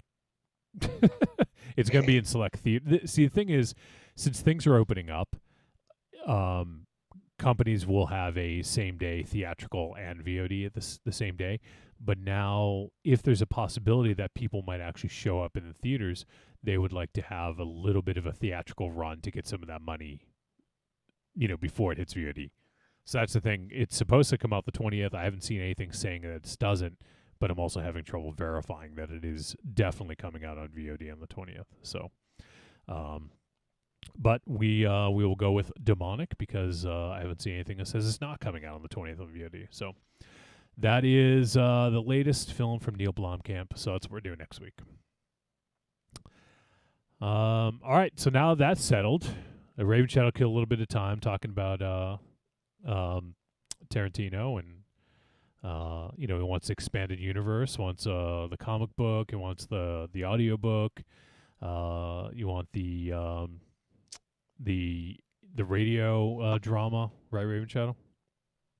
Coloring book. I want the action figures. I want the all of flamethrower. The flamethrower. Yeah. What dog's the flamethrower?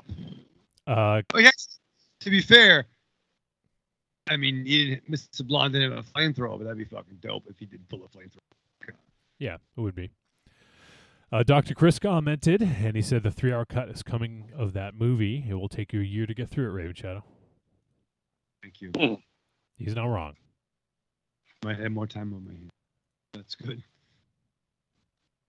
You got too much time in your hands? Sticking in my head. All right. You guys have anything else?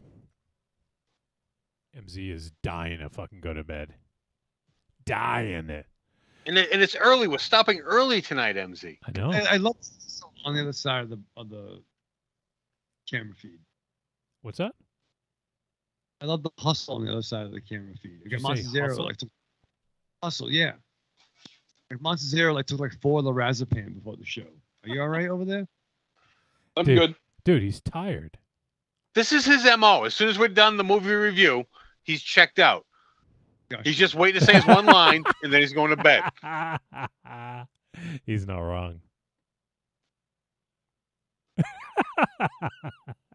I'm surprised you're not already in the jammies. Yeah. Why don't you bring your jammies and change into him in the last bit of the show, MZ? Yeah. Actually, we probably don't want to see his jammies. Yeah. I see my Jimmy. Yeah. Let's fucking see his Florida flopping around. Happy.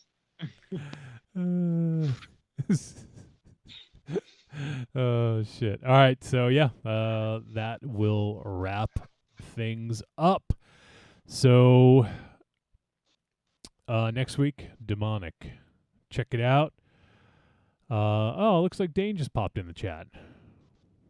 See, now we got to keep it going. Yeah, now we're gonna keep it going another hour. I felt bad. I actually I inadvertently butt dialed Dane the other night. What the fuck? I don't know what happened. So like I don't know what's going on. My phone was in my pocket, and I'm not sure what time it was in Australia, but he responded back. He was like, he was a true dude. He's like, hey, I'm at work. I'll call you later. I'm like, dude, I'm so sorry. Not that I don't want to talk, but I think my phone fucking pressed the button without me knowing it.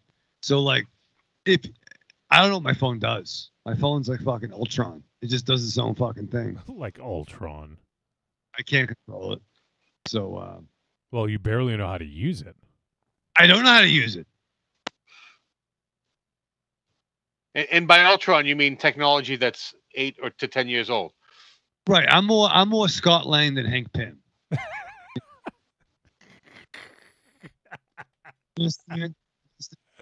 Like, MZ is completely lost. MZ, you know who Scott Lang is? Not a clue. Olympic swimmer. Yeah. The Lang gang. Here's my question, Monster Zero. When does Art Bradish close? Every day. What do you mean, for the season or or tonight? No, because the thing. Well, yeah, that's what I'm at. That's what I'm asking. Is he talking about daily or the season? Guys, what are you talking? Answer his fucking question. Yeah. Where were you the last time you were at Art Bradish? Oh, for fuck's sake! Now you're changing the question. I don't know. Do you want to know when it closes for the year or closes every night?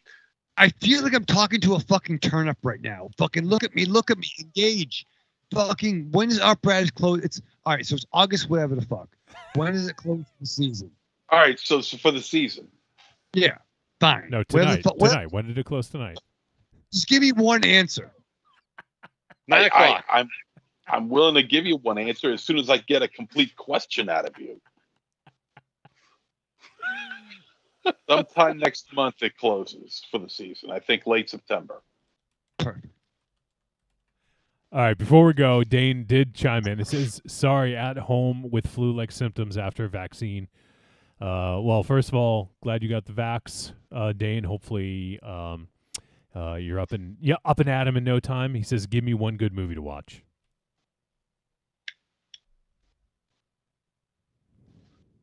Anyone? Oh, are we supposed to chime in there? Anyone? Bro, Bueller. The Maid, the Suicide Squad. Don't get upset, Aries. Maybe classic. Or maybe Dachra. I gotta ask, what did you say that I would be upset at? This isn't Shockma, it's Dachra. Dachra. I have a New England accent, okay? Shocking audiences everywhere. Dachra. Well, shut. You know what movie? Major League. Give him MZ. Give him a fucking movie.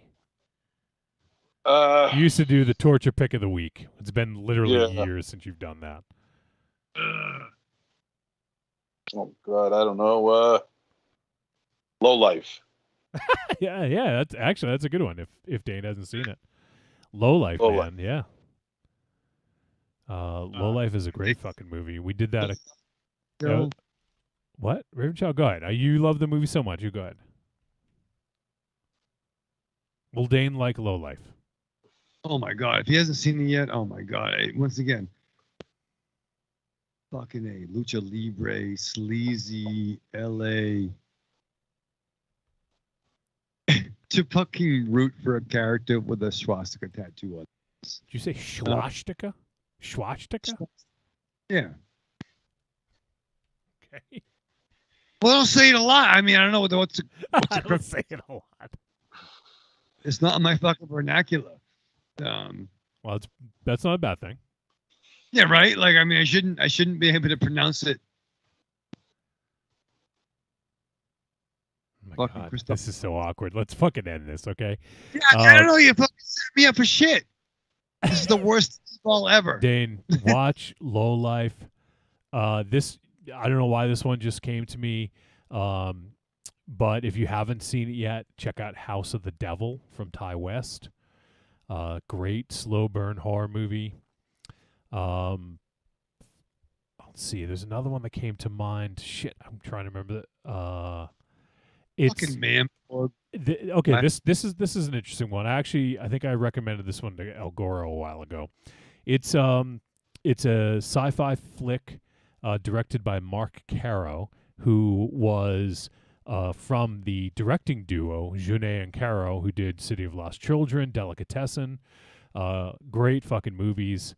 Now, this is not as good as those movies, but it's a film called Dante 01 or Dante 01, and it stars Lambert Wilson, who, if you guys are familiar, he played the Merovingian in The Matrix.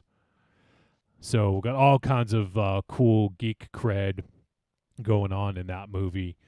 It also features Dominique Pignon, who also was in Amelie and Delicatessen and City of Lost Children. And it's also, MZ, it's got Francois Haji Lazaro from Della Morte Dell'Amore. Okay. Yep. So Nice. and also Gaspar Noé is in it. He's uncredited, has a cameo in it. But Dante 01 or Dante 01, I'm not sure which it is, and directed by Mark Caro, and it is a French film.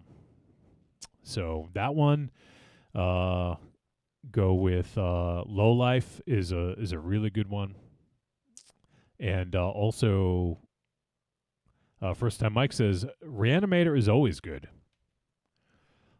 Agreed. Dane says might check out The Maid. Thanks Raven Chow. Thanks MZ. Hi Mike. Hi Corny. He's talking to everyone in the chat room. MZ also recommended Revenge to me. Which is a great fucking movie. He says rest and movie day for me. All right, Dane, we'll get better, buddy. Check out some movies and let us know what you think if you check out some movies. Love to hear your thoughts. Okay, cool. Had a little detour. We got Dane a recommendation. Hopefully he likes one or several of those flicks. All right, now goodbyes. MZ. Arrivederci, douchebags. Aries. Goodbye. And Michael Raven Shadow. Live fast, love hard, survive. Your mask on. You still wearing your mask all the time, Raven Shadow? Yeah. Okay. Just a long pregnant pause there. Just making sure. No, I do. I fucking. Once we stop recording, I'm putting it on to go to bed. Now that I'm back in the office, I wear it when I'm at my desk, I take it off. But when I go to the bathroom or go into public areas, I wear it. So I'm with you, Raven Shadow. All right. Well, that is it. The show is over. Episode 473, we appreciate you guys tuning in live. We appreciate the voice message from Tim from Melbourne. And we appreciate all of you folks who are listening to the podcast when it drops on Friday or whenever you listen to it. We appreciate you guys so much. And especially we love our Patreon supporters. You guys are the lifeblood. Keep us going. We love you guys so much. And everyone in the chat room, be safe. Have fun. Have a good weekend. And I don't know. Raven Shadow, what give me something else to say. You give me a catchphrase. Just fucking try your best. There you go. That's my catchphrase for the day. All right, everyone. Thanks for listening, and we'll check you next week. What was the catchphrase again? Try your best. Your best. Try your best this week. All right, try your best, everyone. See ya.